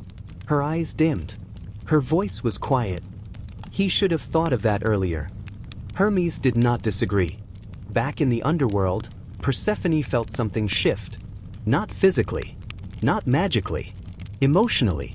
And that was worse, because the underworld was not built for emotional clarity. Yet suddenly she felt the ache for her mother sharpen, becoming something undeniable. Maybe it was instinct. Maybe it was divine bond. Maybe it was the universe quietly whispering, "You should probably go home for a bit." Hades noticed. He was not good at emotional intuition, but even he could tell something had changed. Persephone was quieter, more thoughtful, less amused by skeletal poetry clubs. She sat by the Lethe one day, watching the waters curl, and said softly, "My mother must be suffering." Hades hesitated, which was already a rarity. Then he said, in the most neutral tone he could manage, "She is." It was not a confession. It was not an apology. It was simply a truth, spoken in a place where truths echoed longer than lies. Persephone realized then that something had gone terribly wrong on the surface. And she knew, with one of those painful, heavy certainties, that she could not stay below forever. Not yet. Not like this. But destiny, as usual, had already prepared complications for her return. Chapter 8. The Seeds That Ruined Everyone's Plans. Persephone didn't even remember when she'd eaten the pomegranate seeds. And that was part of the problem. The underworld had this way of making small decisions feel like background noise. A seed here, a nibble there. Something offered politely by a husband who was trying to be considerate in the only ways he understood. Something accepted out of absent-minded politeness. Something consumed without intention, like someone taking a mint after dinner because it's there. But Hades remembered. He remembered very clearly because he was the one who had offered them. And he had offered them gently, quietly, with all the subtle manipulative grace of someone who absolutely did not want to seem manipulative. He had simply held them in his palm one day, the deep red color glowing like tiny crystallized sunsets in the dim underground light. "They're fresh," he had said, which was funny because nothing in the underworld was truly fresh unless Persephone herself touched it. But she had taken a few anyway. Just a few. The number hardly mattered. In the underworld, one seed was enough to bind a soul to the place. Persephone didn't know that, of course. Most people didn't know the fine print of divine horticulture law. But Hades knew. And he didn't tell her because telling her would have made her refuse. And refusing would have meant she would eventually leave him. And leaving was something he feared more than he feared Zeus, which was impressive given Zeus's track record. Meanwhile, above the earth, the world was slowly dissolving into bleakness. Winter, or the closest early prototype of winter, had begun to seep across the landscape like a mood Demeter couldn't shake off. Frost clung to the ground. Trees went bare. Lakes glazed over with thin ice that cracked if you stared at it too sternly. Mortals did their best to adapt, but humans were not built for unexpected climate shifts orchestrated by grieving immortal women. Demeter, despite her sorrow, knew something had to give. Not because she wanted to compromise, but because she could feel the world's suffering pressing against her mind like a quiet plea. Gods rarely cared about mortal distress unless it threatened their own convenience, but Demeter had always been the odd one out. She cared, too much sometimes. Enough that she could feel the faint pulse of hunger spreading across villages and farms. Enough that it pained her in ways that divine bodies weren't designed for. So she gathered her strength and prepared herself for what she dreaded most, negotiating with Zeus. Zeus was in his throne room doing what he did best, trying very hard to look authoritative while having no idea what he was doing. When Demeter entered, he attempted a sympathetic expression. Unfortunately, his face, which had been sculpted by millennia of arrogance, did not excel at softness. The result was a strained grimace that made him look like he was trying to remember whether he had left lightning bolts simmering on the stove. Demeter approached with the slow, weary dignity of someone who had cried for longer than the average mortal lifespan. She didn't bow. She didn't scold. She simply said, in a voice that felt like a sigh turned into words, "I want my daughter back." Zeus nodded. "Of course," he said, as if this whole situation were a minor misunderstanding caused by poor communication. "We'll work something out." And then, because he truly didn't want to deal with this, he summoned Hermes again. Hermes arrived within minutes, wings fluttering, looking very much like a middle manager who had been assigned a task outside his job description. Zeus explained the plan, which was less of a plan and more of a vague hope wrapped in diplomatic language. Hermes listened patiently, because Hermes had learned long ago that interrupting Zeus only made the process longer. Eventually, Hermes set off for the underworld.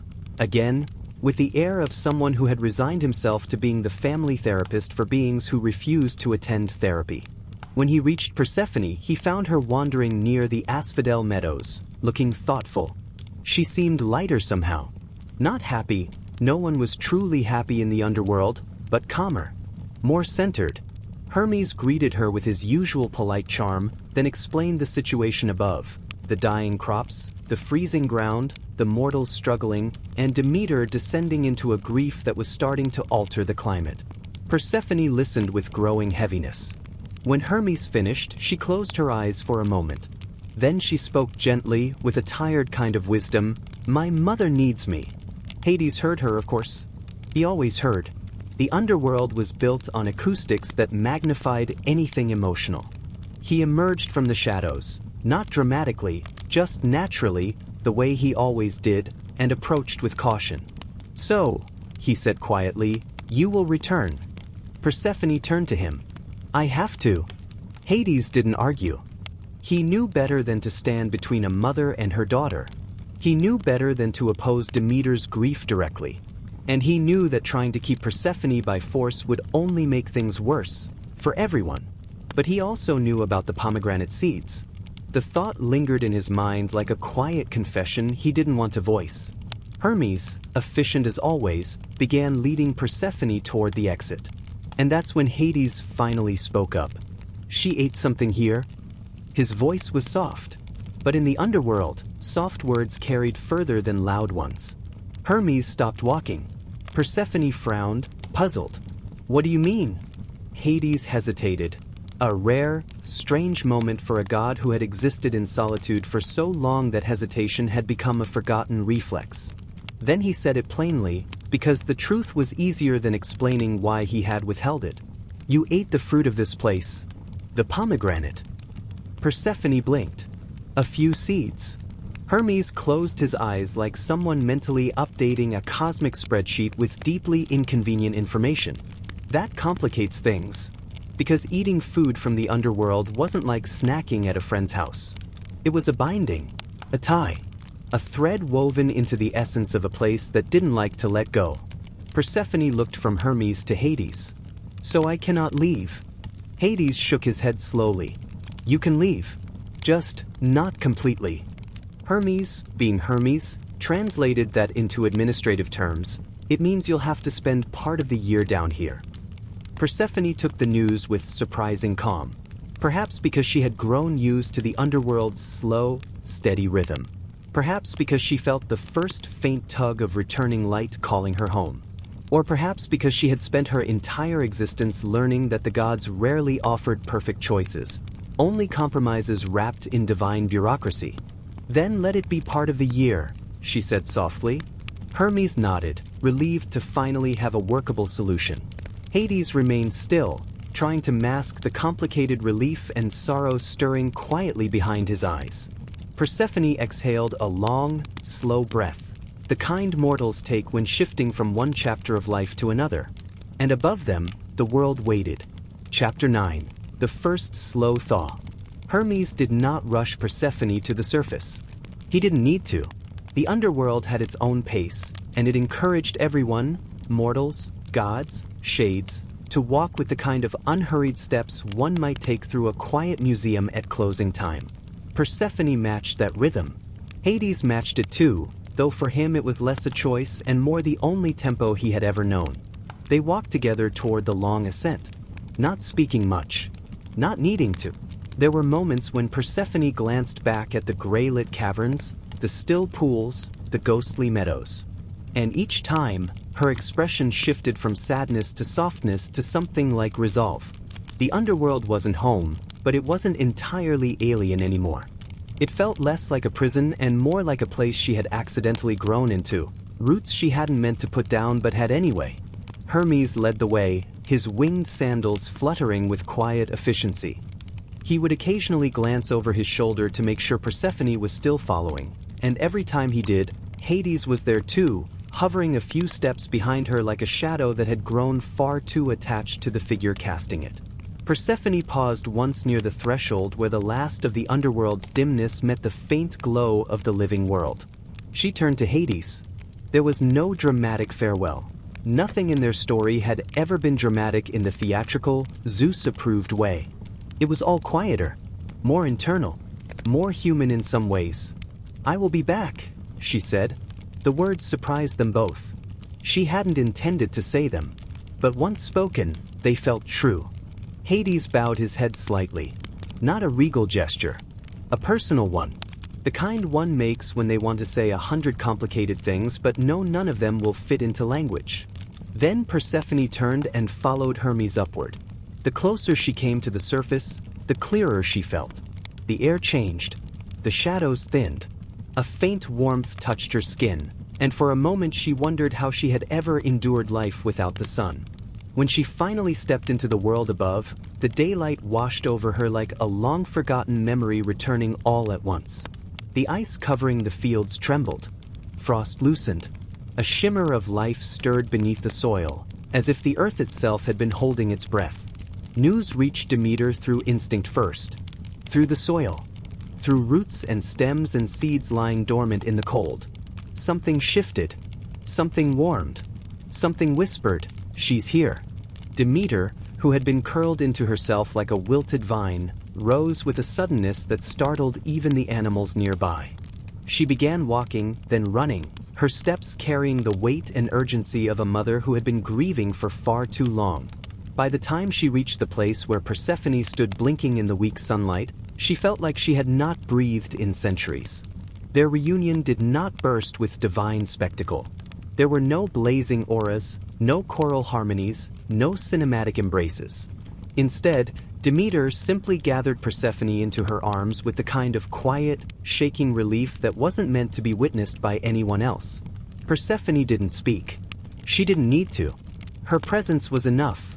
A warm, living answer to every desperate question Demeter had repeated to herself since the day her daughter vanished. The world responded in its own slow way. The frost withdrew from the edges of leaves. Streams cracked open. Shoots of green emerged tentatively through the earth, as if they wanted to confirm for themselves that Persephone was truly back. Hermes, having completed his assignment, made a polite excuse and left before he got entangled in more emotional labor. He floated upward, muttering something about overdue messages and the impressive inefficiency of divine family dynamics. Demeter finally stepped back from Persephone, studying her daughter's face with that searching look mothers have when they want to confirm that every detail is still there. Persephone looked mostly the same, still bright, still gentle, still thoughtful, but there was something different in her eyes. A shadow that wasn't sad, just deeper. A stillness learned from being somewhere where stillness was law. Demeter brushed a strand of hair from her daughter's cheek. "You're cold," she murmured. "We'll fix that." Persephone smiled faintly. "It's just the underworld lingering." Demeter didn't like that answer, but she let it pass. Together they walked across the clearing. And with every step Persephone took, the ground beneath her softened. Grass unfolded as if relieved. Flowers hesitated for a moment, then began, cautiously, to bloom. But the thaw did not fully take hold. Even as warmth spread through the valleys, there were patches of stubborn chill clinging to the hills. Ice that refused to melt. Shadows that held onto winter as though unsure whether the crisis had truly ended. Demeter noticed. Persephone noticed. And Demeter asked, very softly, "Is something binding you?" Persephone hesitated. It was the kind of hesitation that carried guilt rather than fear. "I ate the seeds," she said. Demeter froze, not symbolically. Literally. The air around them dipped slightly in temperature, as if responding to her shock. Persephone continued, speaking with gentle honesty, "I didn't know. But I ate them." Demeter closed her eyes, absorbing the truth like a wound slowly stitching itself closed. "So you are tied to him?" Persephone nodded once. "Part of the year." Demeter turned away, shoulders heavy, but not collapsing this time. She had broken before. She wouldn't break again. Instead, she inhaled deeply, grounding herself in the reality she couldn't change. "So," she said softly, "the world will have seasons now. Winter when her daughter descended. Spring when she returned. Mortals would think it was a natural cycle, and eventually the gods would accept it as tradition. But in truth, it wasn't nature's design. It wasn't a cosmic principle. It was simply a mother's grief leaving fingerprints across the sky." Demeter placed a hand on her daughter's cheek and whispered, "Then let's make the time we have warm." And beneath their feet, spring unfurled, slowly, gently, almost shyly, like a season that had only just been invented. Chapter 10. settling into the rhythm of loss and return. Spring did not arrive all at once. It eased in carefully, as if trying not to overwhelm anyone after the long, grief-built cold. Warmth spread itself like a cautious guest, first touching the valleys, then the hillsides, then the stubborn patches of frost that clung to the shadows. Flowers bloomed in slow motion. Trees unfurled their earliest leaves like they were testing the air.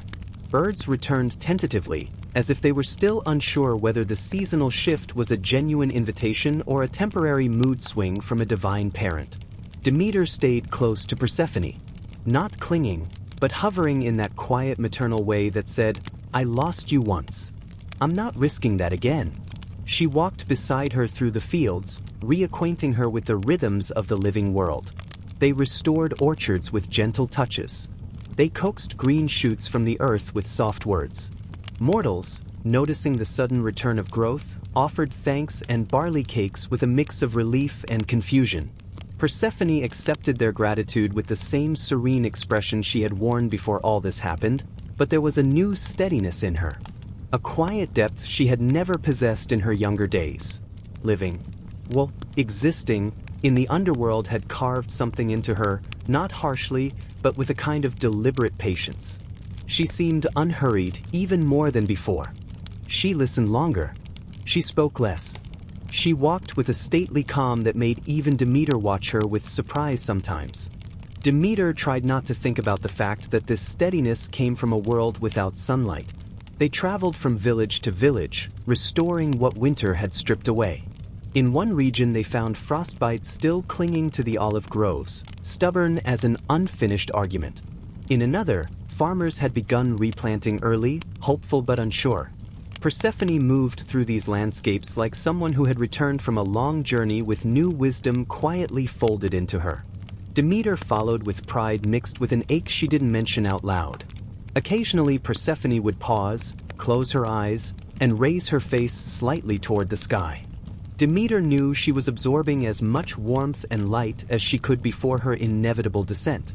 The sight made Demeter's heart tighten every time, but she didn't interfere. She just stood beside her, offering silent companionship. At Olympus, meanwhile, the gods pretended this new arrangement was completely normal. Zeus declared it a brilliant resolution, ignoring the fact that Hermes had done all the actual labor. Hera approved of the seasonal cycle as long as it didn't disrupt scheduled rituals. Apollo claimed he had predicted it, though his earlier predictions had mostly been vague poetic metaphors about renewal. Athena praised the structural compromise, which sounded like something she would say whether the outcome was good or terrible. Hermes, exhausted from months of emotional mediation, remained blissfully quiet. Time passed gently. The world breathed again. Crops grew. Rivers thawed. Animals returned to their familiar routines.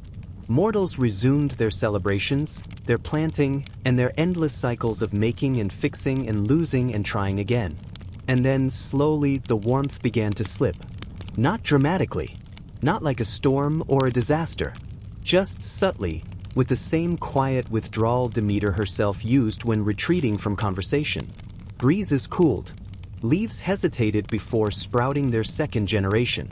The days shortened little by little, like a candle burning down its last few inches. Persephone felt the shift inside herself before she saw it in the world. There was a faint tug, like someone gently pulling a thread woven through her chest. It wasn't painful, just insistent. A reminder. The underworld was calling, not loudly, not possessively, but steadily.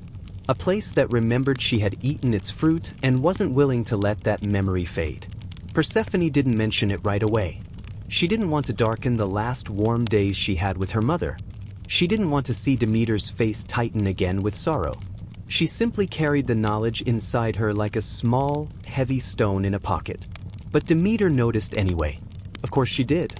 One morning Demeter woke before dawn and found Persephone sitting quietly beside a half-open field, the early chill clinging to her like a second cloak. Persephone wasn't crying or frightened. She was simply still, watching the horizon with the calm resignation of someone who knows a duty is approaching. Demeter sat beside her, folding her arms around her knees. For a long time they watched the light creep across the land. "Is it time?" Demeter asked, finally. Persephone nodded once. "Soon." The word carried an ache that stretched in all directions, backward through the season they had just shared, and forward into the months of cold that were about to return. Demeter swallowed slowly. "I knew this would come. But knowing doesn't soften it." Persephone leaned gently against her mother. "I will always come back." Demeter nodded, but the acceptance didn't make the grief easier. It just made it quieter. They spent the remaining days wandering the blooming fields together. Demeter showed Persephone the newest orchards that would thrive in her absence. Persephone touched each one, leaving a faint glimmer in the bark, a promise of life that would return when she did. They visited the villages that had prospered again. Mortals greeted them with warm offerings, unaware that winter was only weeks away. And then, inevitably, Hades came for her. He did not arrive in darkness or with thunder or in a chariot pulled by nightmares. He simply stepped into the world one evening, looking faintly uncomfortable to exist among so much sunlight. His presence didn't frighten anything. Birds merely shifted to the other branches, and the field mice paused their scurrying as if unsure whether he was scenery or threat. Persephone approached him without fear. Demeter watched, her heart expanding and contracting at once. Hades bowed, not deeply but sincerely. "It's time." Persephone took a long, steady breath. Then she turned to her mother and embraced her, slowly, tightly, as if she could store warmth through contact alone. Demeter whispered into her hair, "Come back with the spring." "I will," Persephone whispered back. And with that, Persephone descended again. The world responded. Warmth withdrew. Leaves fell. Frost returned like an old habit. The air grew still, quiet, waiting. Demeter did not rage this time. She simply wrapped herself in her cloak and began preparing the world for her daughter's absence. Because sorrow shared once becomes tradition the second time, and a season the third. Winter settled over the earth like a long, heavy exhale. But spring was now promised. Even winter knew it couldn't last forever. Chapter 11. Winter as a Mother's Sigh. Winter came gradually. Not all at once, but in quiet stages that allowed mortals to pretend it was natural rather than the subtle effect of a grieving goddess. The frost first appeared at night, clinging to the edges of fields, glinting like fragile glass in moonlight. Each morning, farmers discovered the brittle crystals on leaves and whispered prayers to Demeter. Some prayed for mercy. Some prayed for a miracle. A few, more practical or desperate, simply cursed their luck and went to chop wood. Demeter did not intervene directly. She had learned, after decades of watching the mortal world flounder under divine mood swings, that too much interference led to chaos. So she stayed in the background, sending just enough chill to mark the season, enough snow to remind the land of her absence, enough darkness to make the reappearance of spring feel earned. It was a quiet, deliberate form of discipline, gentle in delivery but absolute in consequence. The mortals, as always, adapted. Children learned to huddle near fires. Livestock was sheltered, even if reluctantly. Breads baked thicker to carry warmth. And yet, beneath their practical responses, a strange awe persisted. This was no ordinary winter. There was intention here. Every frost line, every frozen stream, seemed conscious. It whispered, "She waits." Persephone, meanwhile, began her new routine in the underworld. She moved among the shades with quiet grace, organizing gardens, attending to Hades' scrolls of administrative inefficiency, and supervising the occasional ghostly dispute with impartiality. The underworld, which had once seemed oppressive and absolute, now hummed with a faint domestic order. Persephone had settled in as one might settle into a long-term residence that had no windows and offered very little sunlight. Carefully, cautiously, and with a strange kind of respect. Hades noticed the changes in her. He had expected a reluctant or melancholy visitor from above. Instead, she brought a calm certainty that the underworld had previously lacked. Even the shades seemed to behave differently in her presence, not out of fear, but out of recognition that she carried authority tempered by kindness. Hades, who rarely admitted admiration, found himself quietly impressed. Back above, Demeter walked the winter landscape like a solitary warden. She observed the frost-blanketed fields and the villagers' attempts to maintain life under her silent supervision. She did not walk among them often, preferring to remain a subtle force. But sometimes, when a field appeared particularly neglected or a village seemed hopelessly disorganized, she would bend slightly to breathe life into a stubborn sapling, or to melt a patch of ice where it threatened the beginnings of spring. She never lingered. Her presence was meant to remind, not to comfort. Even as winter deepened, the cycle she had begun with Persephone's departure was reassuring in its own way. The world now had rhythm: descent, stillness, return. Mortals and gods alike recognized it, whether consciously or not. And Demeter, in her quiet vigilance, found some strange solace in the repetition. Seasons became letters written from her to her daughter, messages of absence and anticipation, sorrow and hope, restraint and inevitability. The world adapted. Mortals planted hardy winter crops, stored grains more meticulously, learned to stagger labor and rest through shorter, colder days. Villages huddled around hearths with the faint understanding that the goddess's moods dictated the pace of life, whether anyone liked it or not. And in this, Demeter's grief became infrastructure, the quiet architecture of survival. In the underworld, Persephone found herself adjusting to the rhythm of her half-year absence above. She learned to pace her duties according to her own internal season. Days of planting and administrative work alternated with quiet observation of the ghosts who wandered without purpose. Shadows lingered longer, but she moved among them lightly, leaving no imprint of panic or impatience, only a subtle awareness of her presence. Hades, ever attentive in his quiet way, noticed. Persephone was changing the place without demanding change, which, by his standards, was extraordinary. Time flowed slowly.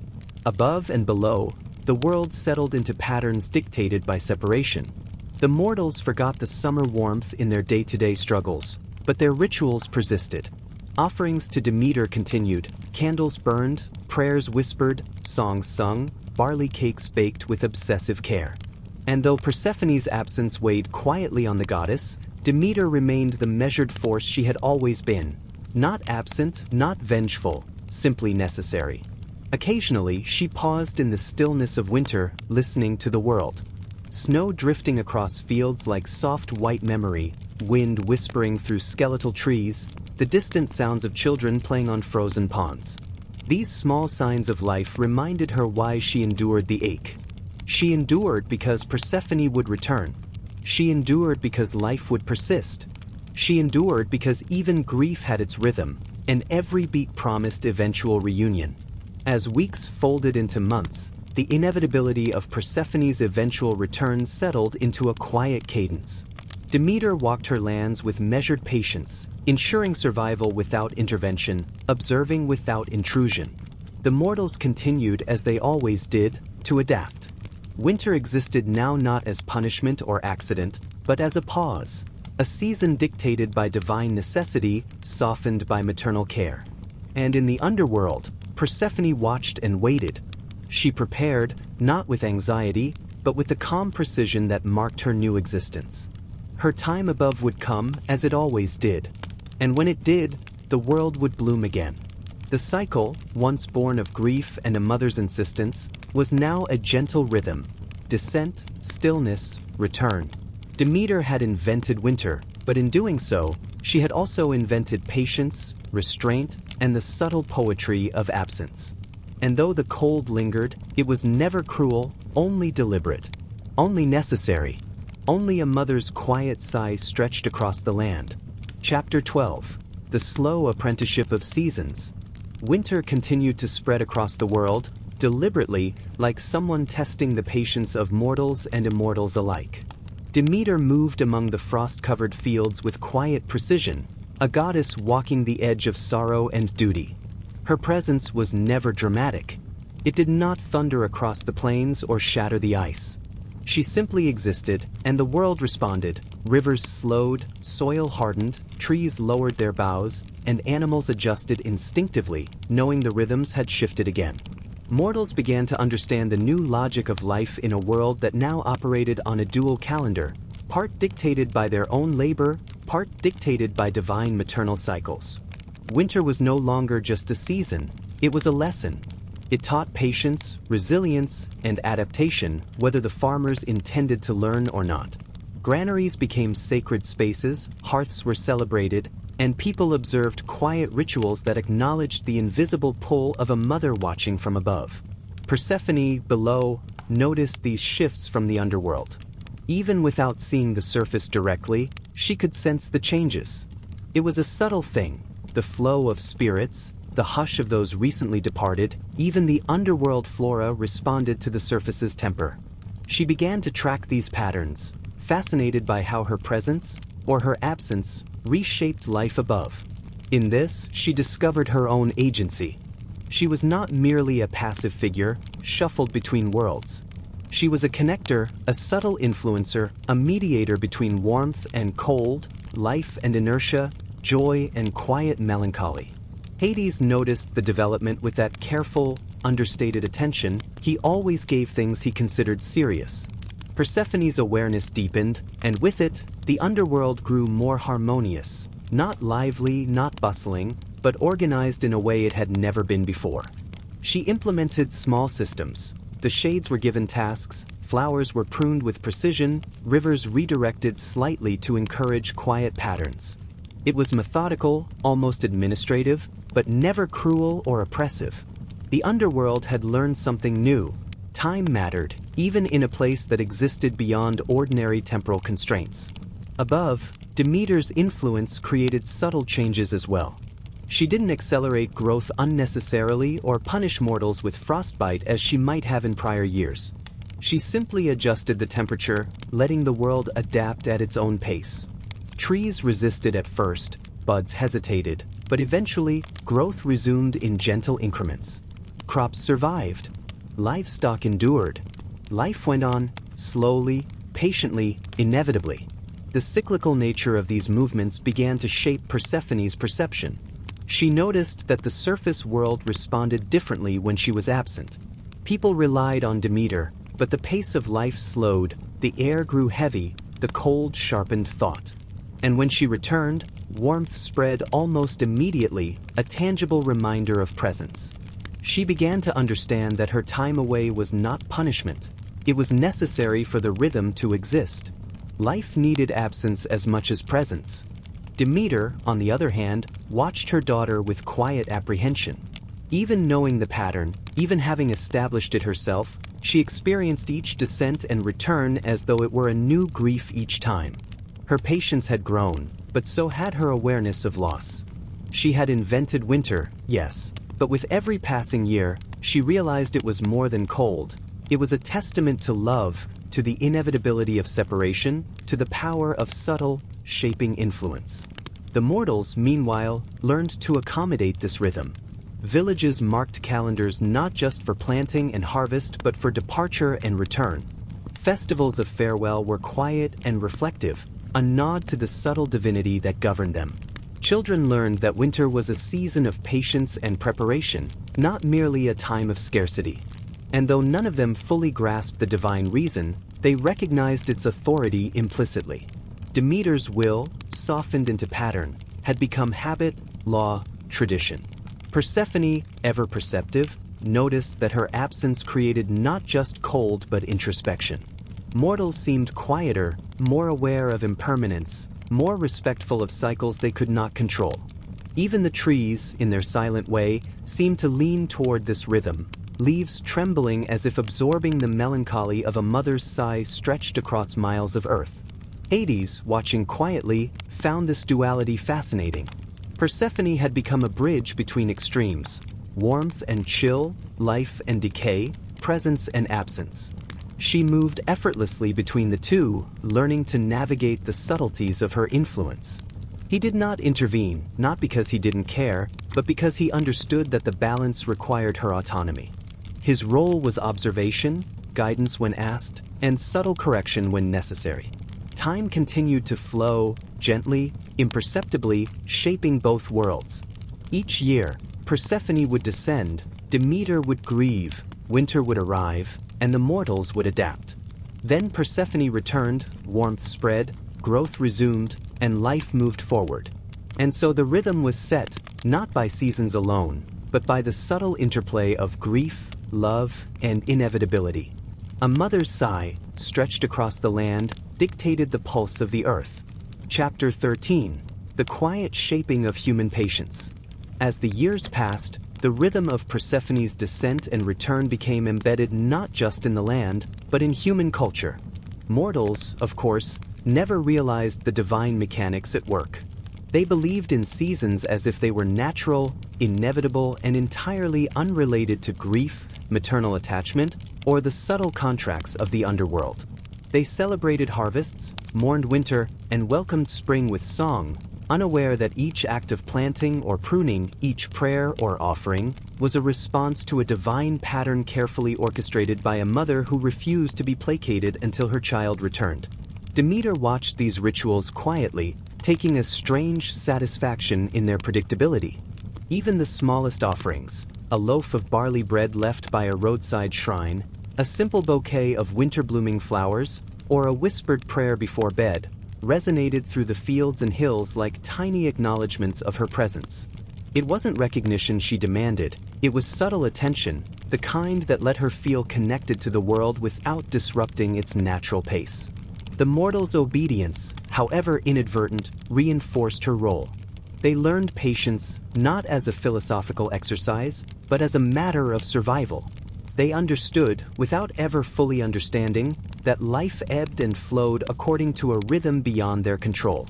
In this way, winter became both teacher and test, a season designed not to punish, but to instruct, and to remind mortals of the delicate balance of care and absence, of nurture and restraint.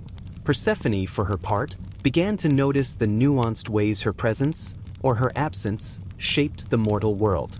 Even the faintest trace of warmth from her return encouraged subtle changes in behavior. Seeds sprouted slightly earlier, animals became more active, and children seemed brighter, as if sensing the invisible threads connecting them to the divine.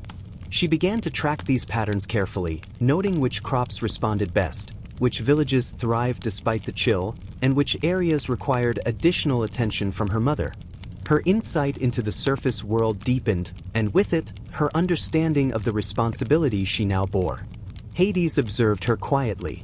He had expected reluctance or melancholy, perhaps a subtle rebellion, but instead, Persephone's awareness and quiet determination impressed him. The underworld became a place of practice, of learning subtle influence, of understanding balance. She managed the shades, encouraged growth in subterranean gardens, and supervised the allocation of resources with a calm efficiency that even Hades, who rarely expressed admiration, recognized as extraordinary. Persephone was learning, slowly, the full extent of her dual role, the bridge between above and below, warmth and chill, life and absence. Above, Demeter continued her careful oversight.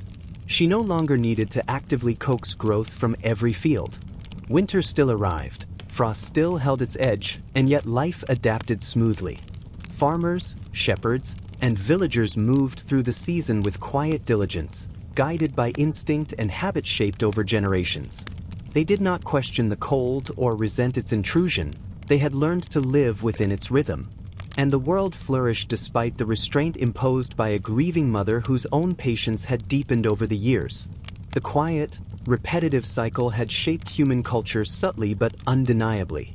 Festivals celebrated the departure and return of Persephone, even if the participants had forgotten the origins of the rituals. Songs and poems reflected the melancholy and hope embedded in seasonal transitions. The stories of Demeter and Persephone passed from generation to generation, often altered, sometimes romanticized, but always carrying the underlying truth. Life, like the seasons, was governed by forces beyond mortal comprehension, orchestrated by beings capable of love, grief, and patience. And so winter, as Demeter had conceived it, became more than cold or absence. It became a teacher, a mirror of maternal love, a reminder of continuity and care, and a demonstration of the quiet, deliberate shaping of the world. Mortals, largely unaware, obeyed its rhythms faithfully, learning lessons they could not articulate, feeling the effects of divine sorrow and affection without fully naming them. Persephone's time in the underworld refined her understanding of these patterns. She recognized the subtle threads connecting the living and the dead, the above and the below, warmth and frost. She understood that her role was not simply seasonal, it was relational.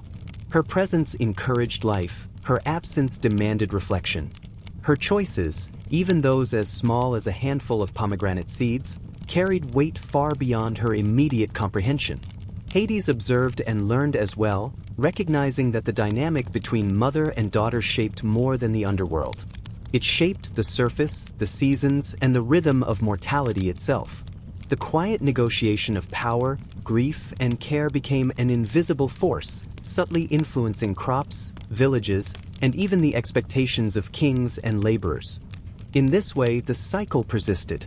Persephone would descend, winter would arrive, Demeter would govern absence with careful precision, and the world would adapt.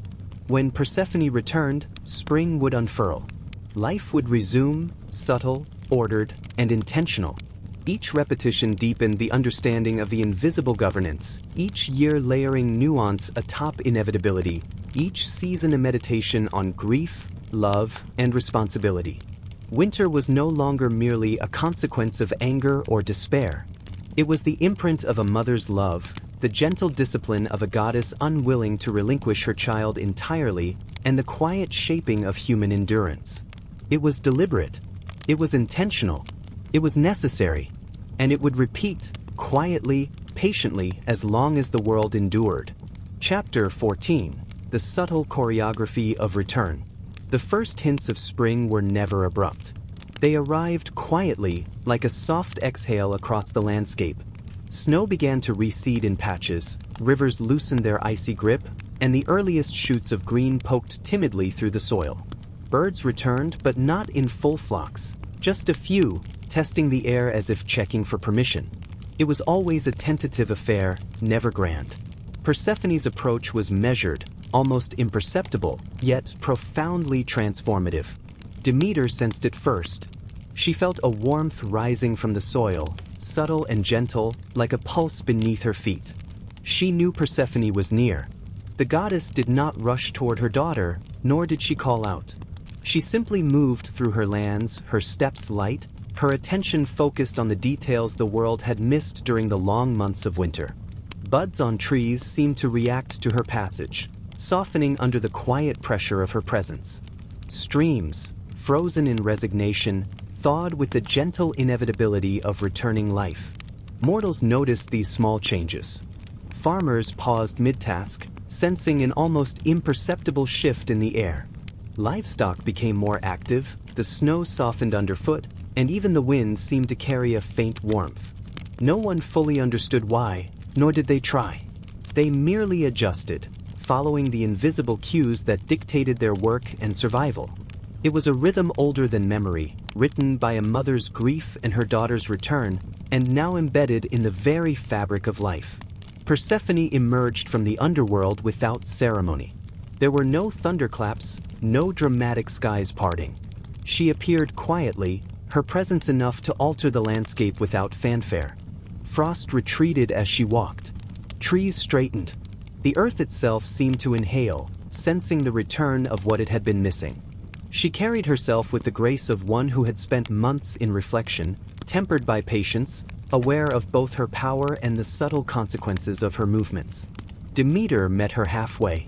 She did not run. She did not call. She simply approached with the kind of careful, deliberate steps only a mother who has endured long absence can manage. When they finally stood together, the embrace was quiet, intimate, almost shy. Persephone leaned into her mother, and Demeter, with hands resting lightly on her daughter's shoulders, breathed the sigh that had been building through months of waiting. Life above responded almost immediately. Fields that had been frozen or dormant began to awaken. The first sprouts of crops pushed through softened soil. Streams carried more fluid water. The air itself seemed brighter, infused with a subtle energy that could not be explained by sunlight alone. Mortals, largely unaware of the divine mechanics, simply observed the return of spring with gratitude, relief, and the faint sense that something essential had been restored. Even Hades, observing from the threshold of the underworld, noted the pattern with an almost scholarly fascination. Persephone's return did not disturb the balance he had cultivated below. Instead, it reinforced it. The underworld remained orderly, calm, and patient, knowing that the seasons above would eventually call her back. He recognized that her dual existence was not a punishment but a necessary component of the world's equilibrium, a dynamic that required both presence and absence to maintain harmony. Persephone, walking through the thawing lands with Demeter, began to notice subtle details she had never observed before. The way a branch bent differently after a long frost, the quiet resilience of certain crops, the behavior of animals adjusting to returning warmth. She realized that her role was not just symbolic, it was functional. Her presence actively shaped the world's recovery, even in ways mortals would never perceive. Demeter, too, observed. She noted the precise effects of her daughter's return, where the warmth penetrated fastest, which areas still resisted thaw, which villages required attention. She understood that her grief had inadvertently created a structured, predictable rhythm, a framework upon which life adapted. Winter had been invented, but spring was a consequence, a delicate choreography that required careful observation and subtle guidance. Mortals continued their work, unaware of the divine timing orchestrating their lives. They sowed, plowed, and tended their animals, guided by instincts sharpened over generations. Festivals marking the return of warmth were celebrated quietly, almost reflexively, as if the people themselves knew the pattern of grief and reunion but could not articulate it. The world had learned patience and resilience, not from conscious understanding, but from participation in the divine rhythm that shaped every season. The bond between mother and daughter, invisible but potent, extended through every inch of land. Persephone's return did not erase winter, nor did it undo the lessons of absence. It simply reminded the world, and herself, of the delicate balance between warmth and cold, presence and loss. Each step she took was both gentle and transformative, a quiet assertion of life returning, resilience reaffirmed, and the inevitability of cyclical patterns once set in motion. And thus, spring arrived, not in a rush, not in spectacle, but in the steady, deliberate unfolding of life guided by maternal care, reflective patience, and the quiet wisdom of a daughter who had learned the weight of her choices. Chapter 15. The Lessons of Absence. Winter's departure did not erase itself in a single day. It retreated incrementally, leaving traces behind that reminded both mortals and gods of the motherly grief that had shaped it. Frost lingered in shaded valleys. Streams remained sluggish from months of ice. Crops pushed upward cautiously, as if uncertain whether the warmth was genuine or temporary. Life, having adapted to restraint, moved with deliberate care, measuring each growth spurt against the backdrop of absence. Demeter observed all of this quietly. She understood that absence was as powerful as presence. The season she had invented was not punishment, nor was it arbitrary. It was a rhythm, a teaching tool, a subtle demonstration that life must endure waiting, that hope must coexist with grief, and that growth, literal and metaphorical, requires patience. Mortals did not know why the frost lingered, or why spring returned with such careful timing, but they complied with it nonetheless, adjusting their behaviors, habits, and rituals without understanding the invisible hand guiding them. Persephone, now above for several weeks, wandered through the thawing fields with a thoughtful awareness. She had spent months in the underworld, observing, learning, and reflecting. That quiet patience had seeped into her movements. She tended the earliest crops, whispered encouragement to hesitant sprouts, and gently coaxed streams into motion. It was not magical theatrics. It was deliberate care, the embodiment of months of reflection spent in shadow. Hades, observing from afar, understood the significance.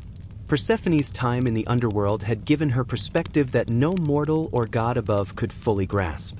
She had learned to act without urgency, to influence without force, to shape life quietly. He recognized that her absence had been as instructive as her presence, not for her sake alone but for the mortal world that moved in response to her rhythms. Demeter occasionally checked in with villages, not to intervene, but to notice. Farmers were more cautious now, planning their planting with subtle awareness of seasonal shifts. Children played with more patience, animals moved with measured steps, and communities adjusted their routines instinctively.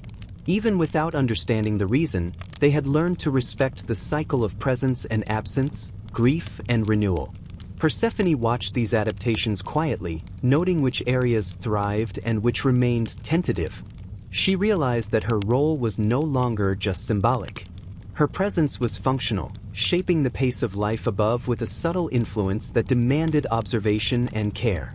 Each day spent in the thawing lands added to her understanding of how absence and return affected the world in ways mortals could not articulate.